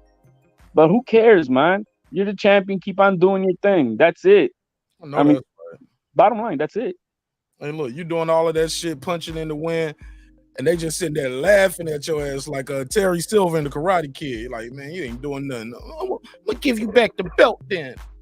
Well, I'm not. Hey, look. Then they said, "Well, send me the address, no problem." Then he's like, an hour later, you know what? I earned this, motherfucker. I ain't got to send you nothing. Come get it. He was like, I ain't got to wear it. It's still mine. I just don't have to wear it. Like, oh man, that sounds like a toxic girlfriend back and forth shit, bro. Hey, look, he was like Nunu off of ATL. Was like, I want my necklace back. Why? Y'all remember that movie? Never heard of it. Jerry ain't never heard of it. Give me back my necklace, cause I earned it. Nah, dude. Tyson Fury is not on that list, is he? Nope. He a heavyweight. Nah, but they got heavyweights on that list. They got heavyweight. They got Usyk is number 1. And that's another myth. Just because you're heavyweight, if anyone belongs on a pound for pound list, if you're taking pound for pound at its meaning, it should be any heavyweight, because oftentimes they're fighting guys 15, 20, 30, 40 pounds bigger than they are. So I hear some people saying heavyweights can't be on a pound for pound. That's nonsense. Pure nonsense. You can't discriminate against a whole weight division, especially a division where you're fighting guys that are oftentimes 30, 40 pounds bigger than you are. You got to be a pound for pound. I don't understand how Lomachenko can be on there and Fury is not. Fury should be in the top 5. He ended 2 reigns. He ended Klitschko's reign and he ended Wilder's reign.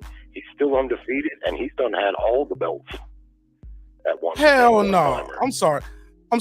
Boxing scientist, Oscar did not have better footwork than Floyd.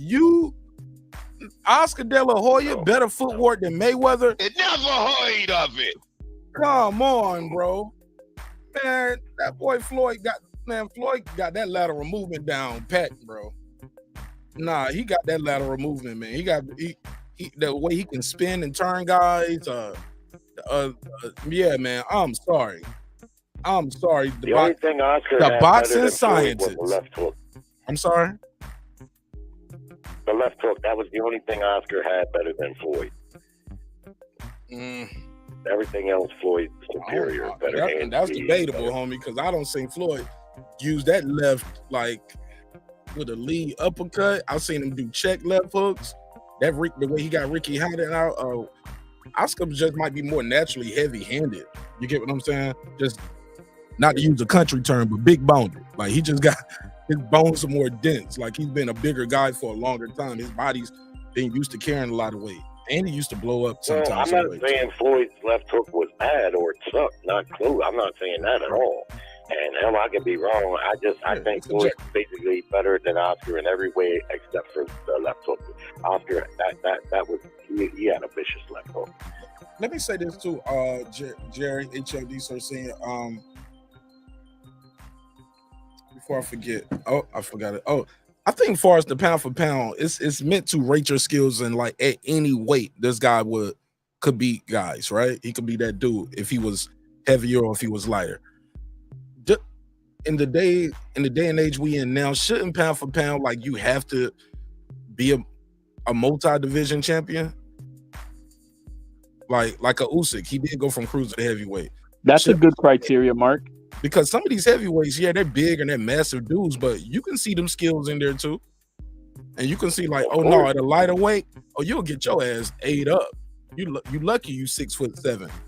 You with a ill ass right hand, but that ill ass right hand wouldn't work when you're dealing with these smaller athletic guys. It works on these big slow guys. But that same heavyweight may routinely face guys 20 and 30 pounds bigger than him, which those lighter weight guys never have to do. You see, you could even be fighting a guy 40 pounds bigger than you or 50. You see what I'm saying? So that's where the pound for pound skills really come into play most, if you ask me. But didn't you just say that Tyson Fury should be up there when Tyson Fury was the heaviest person? Who did Tyson Fury fight ever that weighed more than him? Don't worry, I'll wait. Well, I'm not. Well, but don't get me wrong. I'm not saying that's like the end all be all. I'm just saying I hear people saying that heavyweights don't belong on the pound for pound list, and I don't agree with that. Well, when they made pound for pound, that's what it meant, that everybody except for heavyweights. No, that if anybody was in.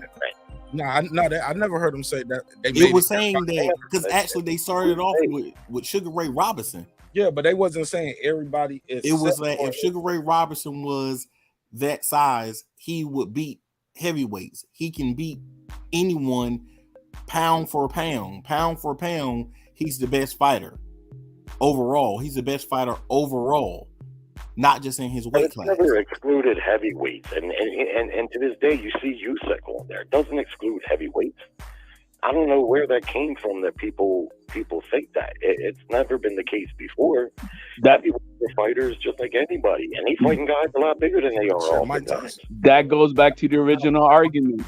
Whoever creates the list governs their rules of their own list. Everybody's different rules. Everybody has different governing rules to each list. And it don't make sense to you because your rules are different than mine. That's it. No, I totally agree with that. That's why I said in the very beginning, I don't really I don't pay too much attention to it. I understand why you're talking about it on the show tonight because of the recent news with Devin Haney, but to me, it's the least important thing that we got to really worry about in boxing. We got a lot of other bigger issues. No fighter. I think that's a perfect segue. Go ahead, HOD. No, I'm just saying, no fighter should be damn worried about fucking pound for pound list. None. They should be worried about being the best in their division, and that's that. Pound for pound list is for the fans. It's publicity. It's promotional. Regardless of Devin Haney being on the good side or bad side of this, or Ring Magazine, guess what? Both their names are in everybody's mouths right now. So that's all it is. That's all it is. It's a fictitious list. It means shit. Period. Be the best in your division. That's it. That's what you got to worry about. All right. I don't exactly agree with that. To me, if you're ranked number 15th in any given division, and you do something that should have you ranked in the top 10, well, you're going to fight for that. I don't really care for the pound for pound list, but a lot of fighters do, and a lot of fans do. And, I don't see a reason not to fight to be on there, even if it is at the bottom. But again, I will agree that it's not a make or break deal for Devin Haney. Devin Haney, his biggest issue is after he fights, if he beats Kambosos again, his biggest issue really from that point is what he's going to do as far as moving up and who he's going to fight. Who's he going to be able to make big fights with? That's what his issues are going to be, and that's what he should probably focus on, I think. All right, we're moving right along. All right, another topic we got on the docket tonight. We got to talk about it again. I appreciate everybody's time and energy. Smash the like button on the way into the room. Smash the like button on the way into the room. George Foreman. We reported on this story a few months back when it first broke. George Foreman. Many of you, if you're watching this show, you know who George Foreman is, right? George Foreman has been accused of some heinous crimes. It's two women that have came to sue George Foreman. They allege the abuse happened in 1970. All right, here's a little background information. George Foreman, who is now 73 years old, has denied the allegations. He was accused by two women, say he abused them in the 1970s. They have filed lawsuits in Los Angeles court. The women filed separate lawsuits, which is interesting because that means he's got two different cases, right? Then can't just get rid of one and get rid of the other one. Lack of better word. The women filed separate lawsuits under the pseudonyms Gwen H and Denise F. All right. Foreman is referred to as Doe, like John Doe, in the lawsuits, but you know who it is. Hey, Jerry, can you mute your mic while I'm talking? I'm getting all that background in while I'm doing my opening. Foreman, who is referred to as Doe in the lawsuits as John Doe, but you know who he is when you hear it because they say he defeated Joe Frazier in 1973 to become the heavyweight champion. Damn, we know who it is. Amateur hour on the sleuth department right here. And then they said he lost it to Muhammad Ali in 1974. Okay. I think we know who John Doe is in this case, right? Both women now in their early 60s said the first time they met Foreman was as children because their fathers worked for George Foreman in the boxing business, right? Denise, she's a resident of Los Angeles, said her lawsuit that she alleges in her lawsuit that she was groomed by George Foreman when she was 8 years old and had sex with him, and he had sex with her when she was 15, under the legal age of consent. All right, and she said in one instance it was at a San Francisco hotel room. So I'm wondering if they're going to try to trace to see if he was in San Francisco at a certain time. Gwen, she's from Nevada. She's a Nevada resident. She said she met Foreman when she was 9 and that he sexually abused her and raped her when she was 15 and 16, including at an apartment in Beverly Hills. She said Foreman. I think that the reason why they naming these locations because I think those are going to be significant in the case. Trying to say, well, they can place him in those places. She said Foreman told her that her father would lose his job as a boxing advisor if she did not comply. Wow. He called the allegations false and baseless. And this is the statement from George Foreman. He said, over the past 6 months, 2 women have been trying to extort millions of dollars each from me and my family. He said, I don't pick fights, but I don't run from them either. Okay, the lawsuit was filed as a result of the California law that went into effect in 2020 that extends to the statute of limitations that previously had prevented some victims of childhood sexual abuse from filing civil lawsuits. Both women are seeking a jury trial and want to be awarded unspecified amounts of damages. Jerry, I think you the oldest one on the panel. Give me your first reaction to that to the story. Finally, my age gets me something. Yeah. I mean, because you was old enough that you was old enough when you saw George Foreman when he was a baby fighting. I did. But let me tell you something, man. He was a menacing dude. He was slow, horrible footwork, but he just hit like a truck. What he did to poor Joe Frazier, man. You look at Frazier, the hell he gave Ali, and then Ali, what he did to Foreman. But man, Foreman, he beat the smoke out of Joe. But the thing is, after the Bill Cosby case and the whole Me Too movement, a lot of those Me Too, that movement spawned a lot of states to do away with their statute of limitations regarding rape. So it's no surprise that since these states, California, of course, being one of them, doing that, you're going to see more, cases like this, rich and famous people being accused. We're talking 50 years later now.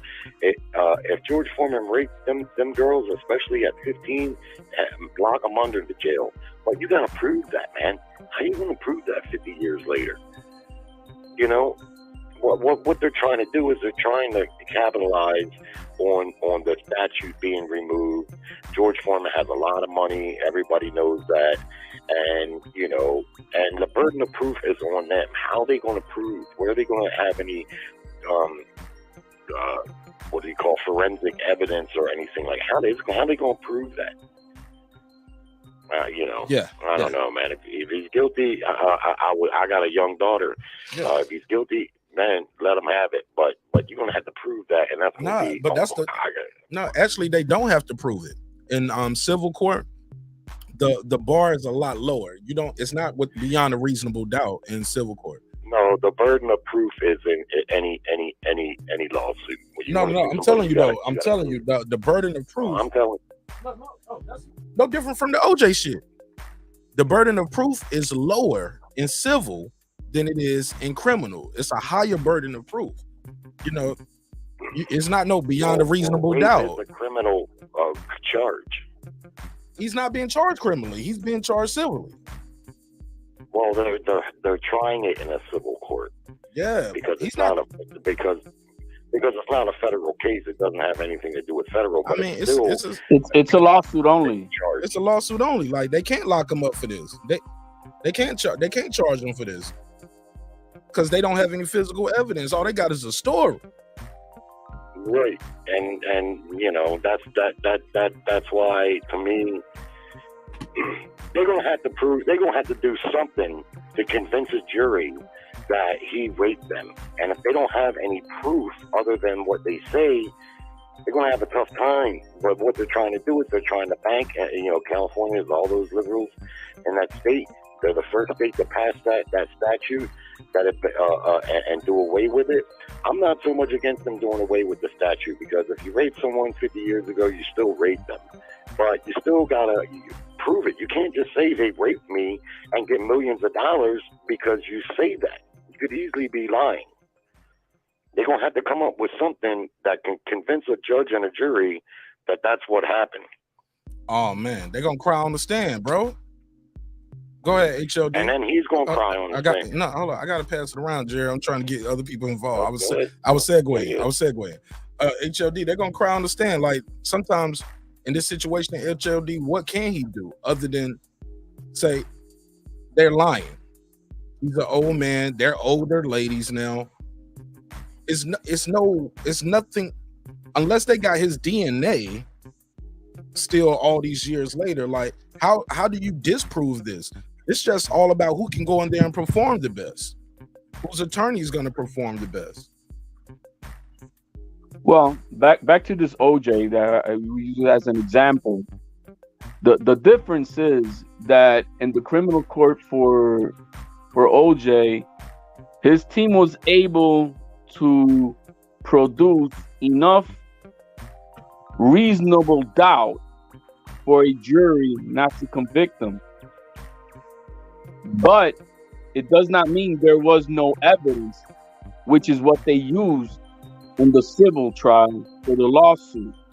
There was enough evidence to prove that he is responsible for those deaths.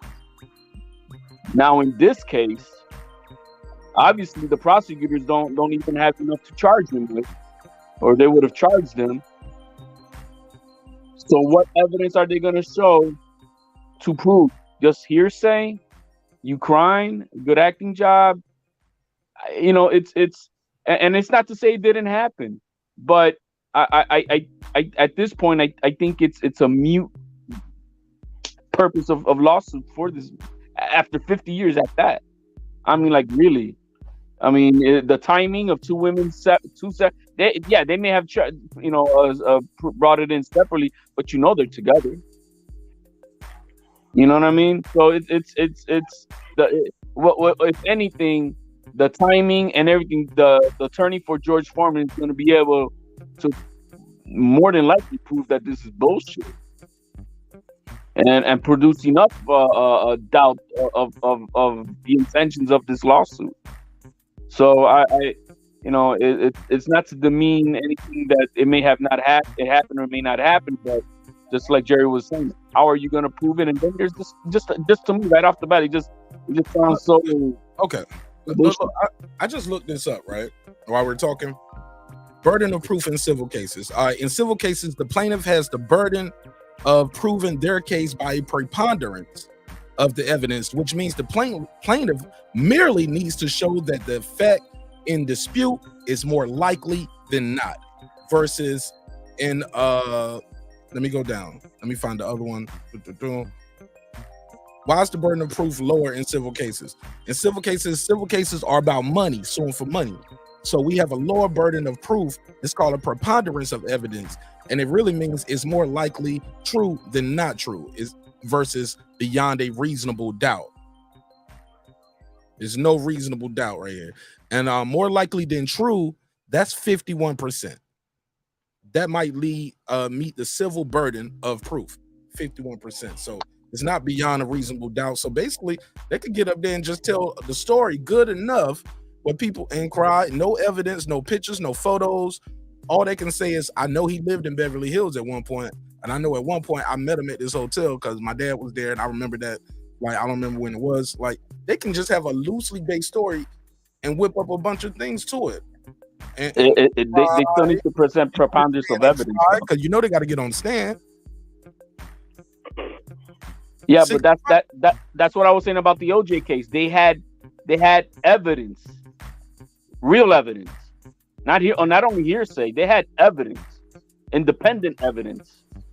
You see, and so in this case, what is going to be that evidence? Only hearsay? Are we seriously talking about the same corrupt system that killed Emmett Till, and then the woman said that that he didn't do it? Huh? What, you lost me? Hey, look, man, we all over the place now. We don't went from OJ to Emmett Till. I don't want to relitigate the OJ shit, and I don't want to go too far into the Emmett Till thing. I'm trying to stay on track. I don't know how we got there. I mean, I'm all for it, but I'm just like, I got. I'm just saying, like, realistically, that an old white lady or a young white lady can get on the stand and cry, and they gonna kiss you goodbye.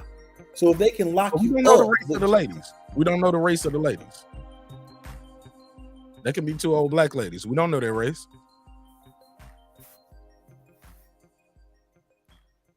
Hello? Sir Singer. I'm not going to comment on that. I mean, no, I'm just saying that's a fact, though. Like, we don't know they're white ladies. We don't know that. Hello? 50 years later, that's the only people who do that. Oh. It's old, bored white women. That's not Well, is that what You happened tell me with the another Cosby case case? that Wow. somebody, a woman from another race, or even a man from any race, Wow. have came back 50 years later and said, "Oh well, this person." Cosby had accusers of all races, bro. Come on, man. That. R. Kelly Look got at 20, Bill 30-year-old R. Kelly accusers are black, and they like it's like 20, 30 years. They had And a video of R. Kelly. That's not the same. That's one case. What about Bill Cosby? Yeah, that's what right. I said Cosby. He skipped over that, went straight to R. Kelly. Hey, look, this is all over the place. My G, that was kind of weird right there. Yo, I mean, That's not true. Bill Cosby. they have this thing out saying you got to believe all women. I don't believe all women because I don't believe all men. And I'm not going to be sexist and say that, okay, well, women have to be believed more than men. No, they're people. So if you don't believe all people, you shouldn't believe all women. And 50 years later, and their excuse is, oh, well, my dad wanted to keep his job. Our dads want to keep their jobs. So we're going to make sure they kept their jobs. And now that it won't hurt us none, now we're going to come back and go into the cookie jar again for another dash at his money. That argument alone almost doesn't make any sense. Like, what 9-year-old or 15-year-old be caring about a job or understands even the magnitude about losing the job and all that bullshit? You know, you're gonna. I mean, if it happened, you're gonna. That would not be the reason why you didn't. It would be more like, I will kill you or something like that. But not about, your daddy's gonna lose his job. That's why you're not gonna say nothing after 50 years. why not tell your dad? Exactly. Well, a lot of women don't tell when they get raped. And let's be honest. I mean, and yes, a job, especially a good job, could be another reason why a girl wouldn't speak up. But most women, a lot of times when they get raped, legitimately How do you raped, get along with him? How do you get along with George Foreman at a hotel? well, that's a big question. That's a good question right there. Where's your dad at then? Like, especially in those times, like she didn't just catch no Uber or no Lyft over there. Like, I got to hear how this story plays out in court. I guess that's why she has her day in court. I guess, but I don't know about this, man. Shit. The story sounds trash, is what I'm saying. The story sounds trash. And it does. And it sounds like they're going to base it on getting on the stand and doing a bunch of crying and lying and think it's going to work. Well, the thing is that a lot, I'm not gonna say this is what happened in this case, but a lot of lawsuits, a lot of frivolous lawsuits towards people of wealth or people who have money, at least. The process of going through a trial and having to defend them, it costs you. If you're a millionaire, it's gonna cost you millions, maybe, and it might be cheaper to pay these women $200,000 each and get them the fuck out of here. So it comes sometimes down to that. A lot of settlements happen because it's cheaper to settle than to have to pay your attorney to defend you. What about the stigma though that goes with settling? HOD it has a negative connotation, right? It happens. Look at Watson, right? He settled with all these women. You know what I mean? And it was that's why it was cheaper than having to defend the case for all 25 or whatever it was. So that's what it comes down to. And that's still dollars and cents. Dollars and cents, man. Yeah. But it has a negative connotation. George Foreman is an old man living in his twilight. He probably don't want that mud on his name. A lot of his money come from his name. His name is not him. It ain't just him boxing no more. It's his name, the George Foreman grill. I'm not gonna pay a lot for that muffler, Meineke shit. This right here, it has a. It's not like he got a what's the kid name? Watson. Watson signed a deal that was worth like over $100-something million. Yeah, like $200+ million. Something crazy. Okay, $200 million, even better. Wow. You get what I'm saying? He making $2 million a week in the offseason. All right. So his shit is and that's just one contract. After he done with this, he gonna go somewhere and make some more M's if he stay healthy. God forbid he go out there and win some shit. $2 million a week. Hey, let me ask you guys this: how old was George Foreman in 1970? Shit, man. I took remedial math in college a couple times, bro. I had to take. I'm just saying. I mean, they said I don't even know how. I forgot how old he was now. How old is George Foreman? Let me see. George 70 something. I think I said that earlier. I'm not sure. Let me see. You don't hear me? Yeah. He's 73. Okay, so he was about 23. Yeah, 23. But he was grooming them since they were 9. So then reduce another 6 years off of that. Like really? It just sounds all bullshit to me. That's all. They had a lot of time though after that where their dad wouldn't. Well, I guess even still though, like I wonder what the statute of limitations was back then. In the 70s. Yeah, it wasn't. 80s. It was like 5 years. I wonder if they told people. Like maybe they told people and they had a journal. Maybe that would definitely be damning if they have a damn journal from back then. Well, one thing, if I could say about rape, I tried to say earlier. I'm trying to say grapes of here. I said it one time, I slipped, but let's not keep saying it. We got to say grapes. They'll demonetize the show. Oh, grapes. One thing about grape is a lot of women don't report it. They're ashamed. They're afraid of negative stigma. They're afraid of being called liars. And it is true. So, right. There are women that do get raped or don't and say that they do. That happens too. I mean, so, that's why it's difficult in the courts. It has to be something, a preponderance or something to make it clear, but yeah, I know for a fact because I know 2 women that have been raped and they talk about it for the longest time. Said it again, but go ahead. Give me your final thoughts. I'm about to end this one and start my members only. Give me your final thoughts, Jerry.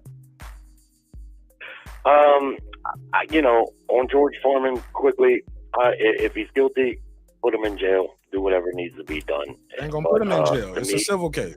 Or take his money, whatever, defile his name.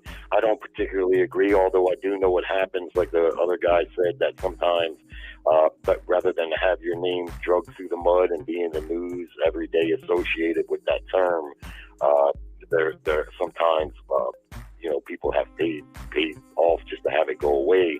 I don't particularly agree with that. If you know you didn't do it and you got the money to fight it, then that's what you should do. So hopefully justice prevails one way or the other, and the right things happen there. And then lastly on Devin Haney. Devin Haney's got a bright future. The pound for pound list is just like the other guy said, it's fictitious. It's up to the person who's making it. And for him, his most important thing is get over there to Australia, defend those titles, and then move on with your career and try to make yourself marketable for big fights. And that's what's going to keep you in the top of boxing, regardless of anyone's pound for pound list. Look exciting in that fight, make people want to see you, and then we can go from there because you got plenty of time to do the rest. Yes, sir. And great show. Thank you again for calling in. Thanks for being one of the best parts of the show, the audience. Thank you. All right. Shout out to Jerry, man, in Baltimore. Jerry's pretty good. Jerry's like, I can't join the panel. My phone died. Been on the show for 2 hours. 13, give me your final thoughts, and I'm gonna let HOD close it out. Take us home. Yeah, I'll definitely say that. If at any time you're in a fight of grapes and croissants, you definitely don't want to wait 50 years to say something about it. I know you go through stress and drama and therapy, but 50 years is very excessive, especially when you're going only after money. Money does not make grapes and croissants taste better, respectfully. Sure. So, and then you got to definitely come up with a better story than that. You had 50 years. Come up with a better story than that.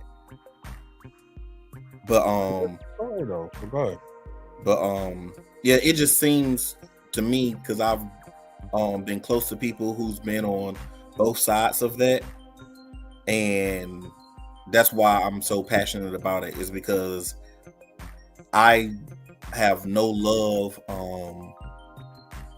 It's hard for me to have the love of Jesus for a person who does that type of thing to anybody, male or female, young or old. But to lie and make up that hurts people as well, because now people who really had that issue in their life, that traumatic event, they can't get the help or the respect or whatever they need because people are questioning them because you lied. So that's my take on it. Devin Haney, I think he is pound for pound. I think he can do better and do more to obviously grow his legacy, and so can anyone who's fighting right now. But you know, if you're going to drop a belt, drop that ring belt. It ain't gonna hurt you undisputed. I mean, respectfully, I would just not walk out with it. That'd be the smarter move. All right, cool. Appreciate you, sir. Saying thanks for pulling up, man. Yes, sir. All right. HLD. Let me ask you, HLD. If they got a journal, or if they have, because you know they're gonna have to have a witness, right? They probably ain't got no witness that was there in the room, but they probably got somebody that can say, "Oh, she's been talking about this for the last 30 years." Whenever he comes on TV, she started trembling and shaking and crying and stuff. You know what I mean? She might have a therapist to say she's been getting treated for this in counseling for X amount of years. Like, those things weigh heavy in a courtroom when it's not just your word against mine. Like, you can, excuse me, like I said, the most damning thing is if they have a damn journal, bro. And they've been keeping a journal since they was 14 or 15. And I just now found my old journal. They have intimate details, like, about the room that they can go and testify about.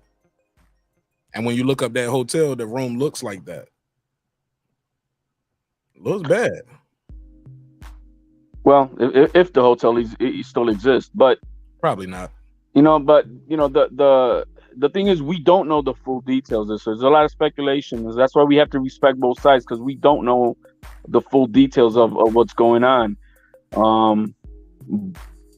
But you know, yeah, if they, you know, maybe they could describe something about his, you know, his body parts and shit that can, you know, because you know they could probably, if they could do that too, you know what I mean. You have a journal that you could prove that's over 50 years old, you know what I mean, and it's in detail and stuff. Yeah, it does come down to specific details that can be proven to be so, and yeah, that would weigh heavy on a jury or on a judge, whichever way they go about this. The jury trial is a jury trial, so. But we don't know the full details. So, you know, if they can prove it and that's what it is, and hey, it is what it is. You know, you can convince the 12 jurors and that, but we don't know. And you know, from what we just know, with the only few things that we do know, it's not adding up. I mean, your senses stand up like, nah, it doesn't make sense. You know, we get the Juicy Smollett type of story going on right now, right? And just doesn't add up at the moment. But if they have more pieces to the puzzle to bring in that we can see, and you know, if it matters for them to have a public opinion about this, then you know, they'll put it out there, and you know, like, okay, damn, this is sounding damning now. But for now, I reserve judgment against George Foreman. You know, we know what we know. He's been a TV character on the positive side for a good part of 30 plus years with the George Foreman thing, and you know, he was pastor and whatnot, and so we don't know. We just don't know. You remember the George Foreman TV show HOD? No, yeah, the TV show. It was called George. Oh yeah, yes. A lady and two boys, and yeah. So it's called George. They only did one season. It you know what I mean? So you know, all I can go is by what we know about George and what he's been for the past, you know, since the 80s. You know, and I don't know if there's any other history of anything like this that's ever come about. So I'm gonna reserve my judgment against George. And as far as the women want, if they can prove it, then we'll take it from there.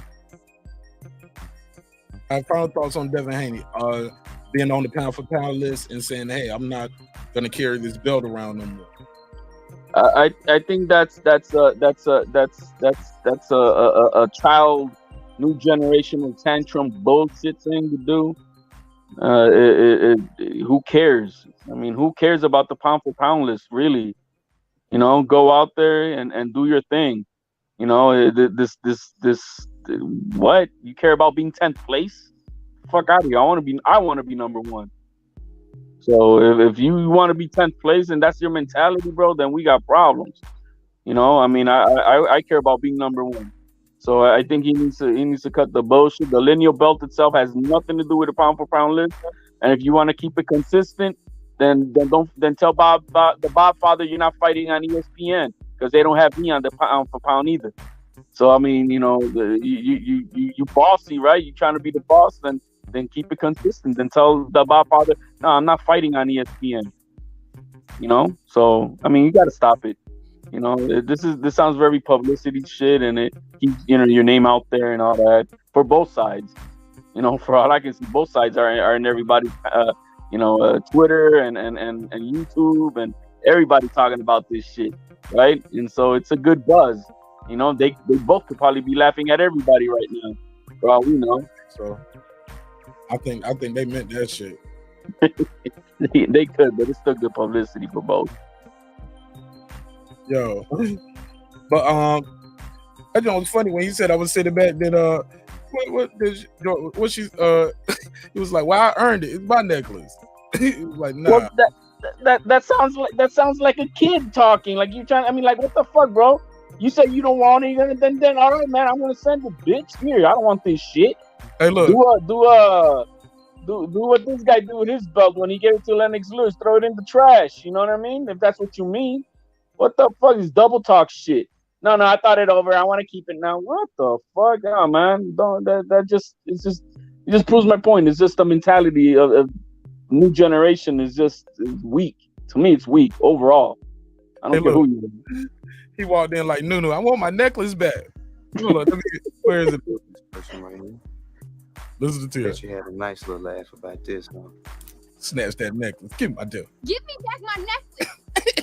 Give me my damn necklace back. It's mine. Why should I? Because it's mine. And it means something to me. It's mine. And it means something to me. Yeah, well, hey, to stir up the pot, you want to talk about making it a little bit more politically and shit like that? Yo, Bill Haney was talking mad shit about Lomachenko, the white Jesus, the guy who didn't go to war and all that shit, right?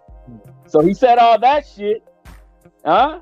And a week later, hey, I'm trying to stir up the pot with that, but I'm just saying. Say some of that for members only. Pull up. We about to go live right now. All right. Salute. All right, man. Look, it's been enough. I just started hit 2 hours. I'm trying to get better on my time, on the live and do my members post game show. All right, so this should be a good one. We'll pick up the conversation where we left off. Also, I have some other topics we're gonna get on as far as members only. Devin Haney came up there and said, "Keep back my necklace. It's mine. Means something to me." Like this. Give me back my necklace. No. Give me my damn necklace back. Why should I? Because it's mine. And it means something to me. Yeah, man. That ring magazine, that pound for pound list means something to him. I get it. All right, well, All right, man. It's been another great episode of Breaking Beats, man. I appreciate y'all, man. We about to start this members only live right now. Definitely got to. We can pick up where we left off. But I definitely got a couple other topics that I'm saving just for members only. All right, so appreciate everybody's time. Appreciate your energy. Remember, dreams require your sleep. Goals require your effort. You can go to marknash.com, get you one of these shirts, the t-shirts, the hoodies. We got a lot of different ideas out there, pieces and conversation topics you can rock. And yeah, and with that said, man, let me wrap this one up. It's been another great episode of Breaking Beats, where we break down business, entertainment, art, technology, sports, and anything else you and I feel like talking about. It's a hip-hop political sports show with a comedy twist. We like to let the jokes fly because life is serious enough. Sometimes when we have these conversations, get a little crazy. People start arguing, might start beefing sometimes. Never forget this. I built this shit. Me. Brick by brick. And I'll be damned if I let you tear it down just because you don't like the way another nigga talk. Drive, motherfucker. This that squad,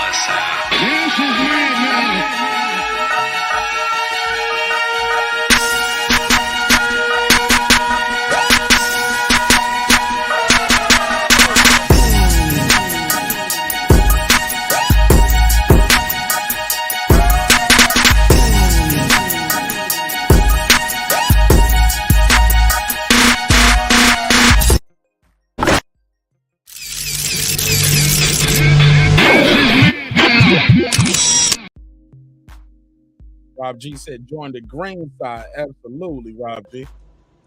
Subscribe. I don't care how many subscribers he has. Support him. So he made all this possible. He made this possible. Nah, Dr. Mark, God made it possible. God made it possible. And so did our members and all the people that support the show. People like Matty Yoel. What up? Deuce Times. What up? Brandon Washington. What up? Born Supreme. What up? Karma Serene. What up? Lisa Bells. What up? That guy Eclipse 330. What up? Ace Retro. What up? Lady Shan Dun Them Season. What up? Dub Right Side. What up? Jake Lago. What up? Boxing Lounge. What up? Taint the Sweet Man, Science. that light ain't working. You need a new light. Oh shit. That's that D Bevel drop. Jake Lago. What up? The Boxing Lounge. What up? Taint the Sweet Science Examiner. What up? Puto. What up? D Bevel the Champ. What up? Rob G Films. What up? Derek Lincoln. What up? And shout out to the new members of the neighborhood, my boy HLD. What up, gangsta? And my guy New Media Today, aka New Media Today USA Boxing, aka Coach Malachi Williams. What up, gangsta? Appreciate y'all, man. Thank y'all so much for your time. Thank you for your energy. Members only live stars now. He said, where's the next boxing talk at? On the members only live. Pull up, man, G. For the month of August, YouTube is doing 50% off. So I think it's only $1.50 to sign up for membership.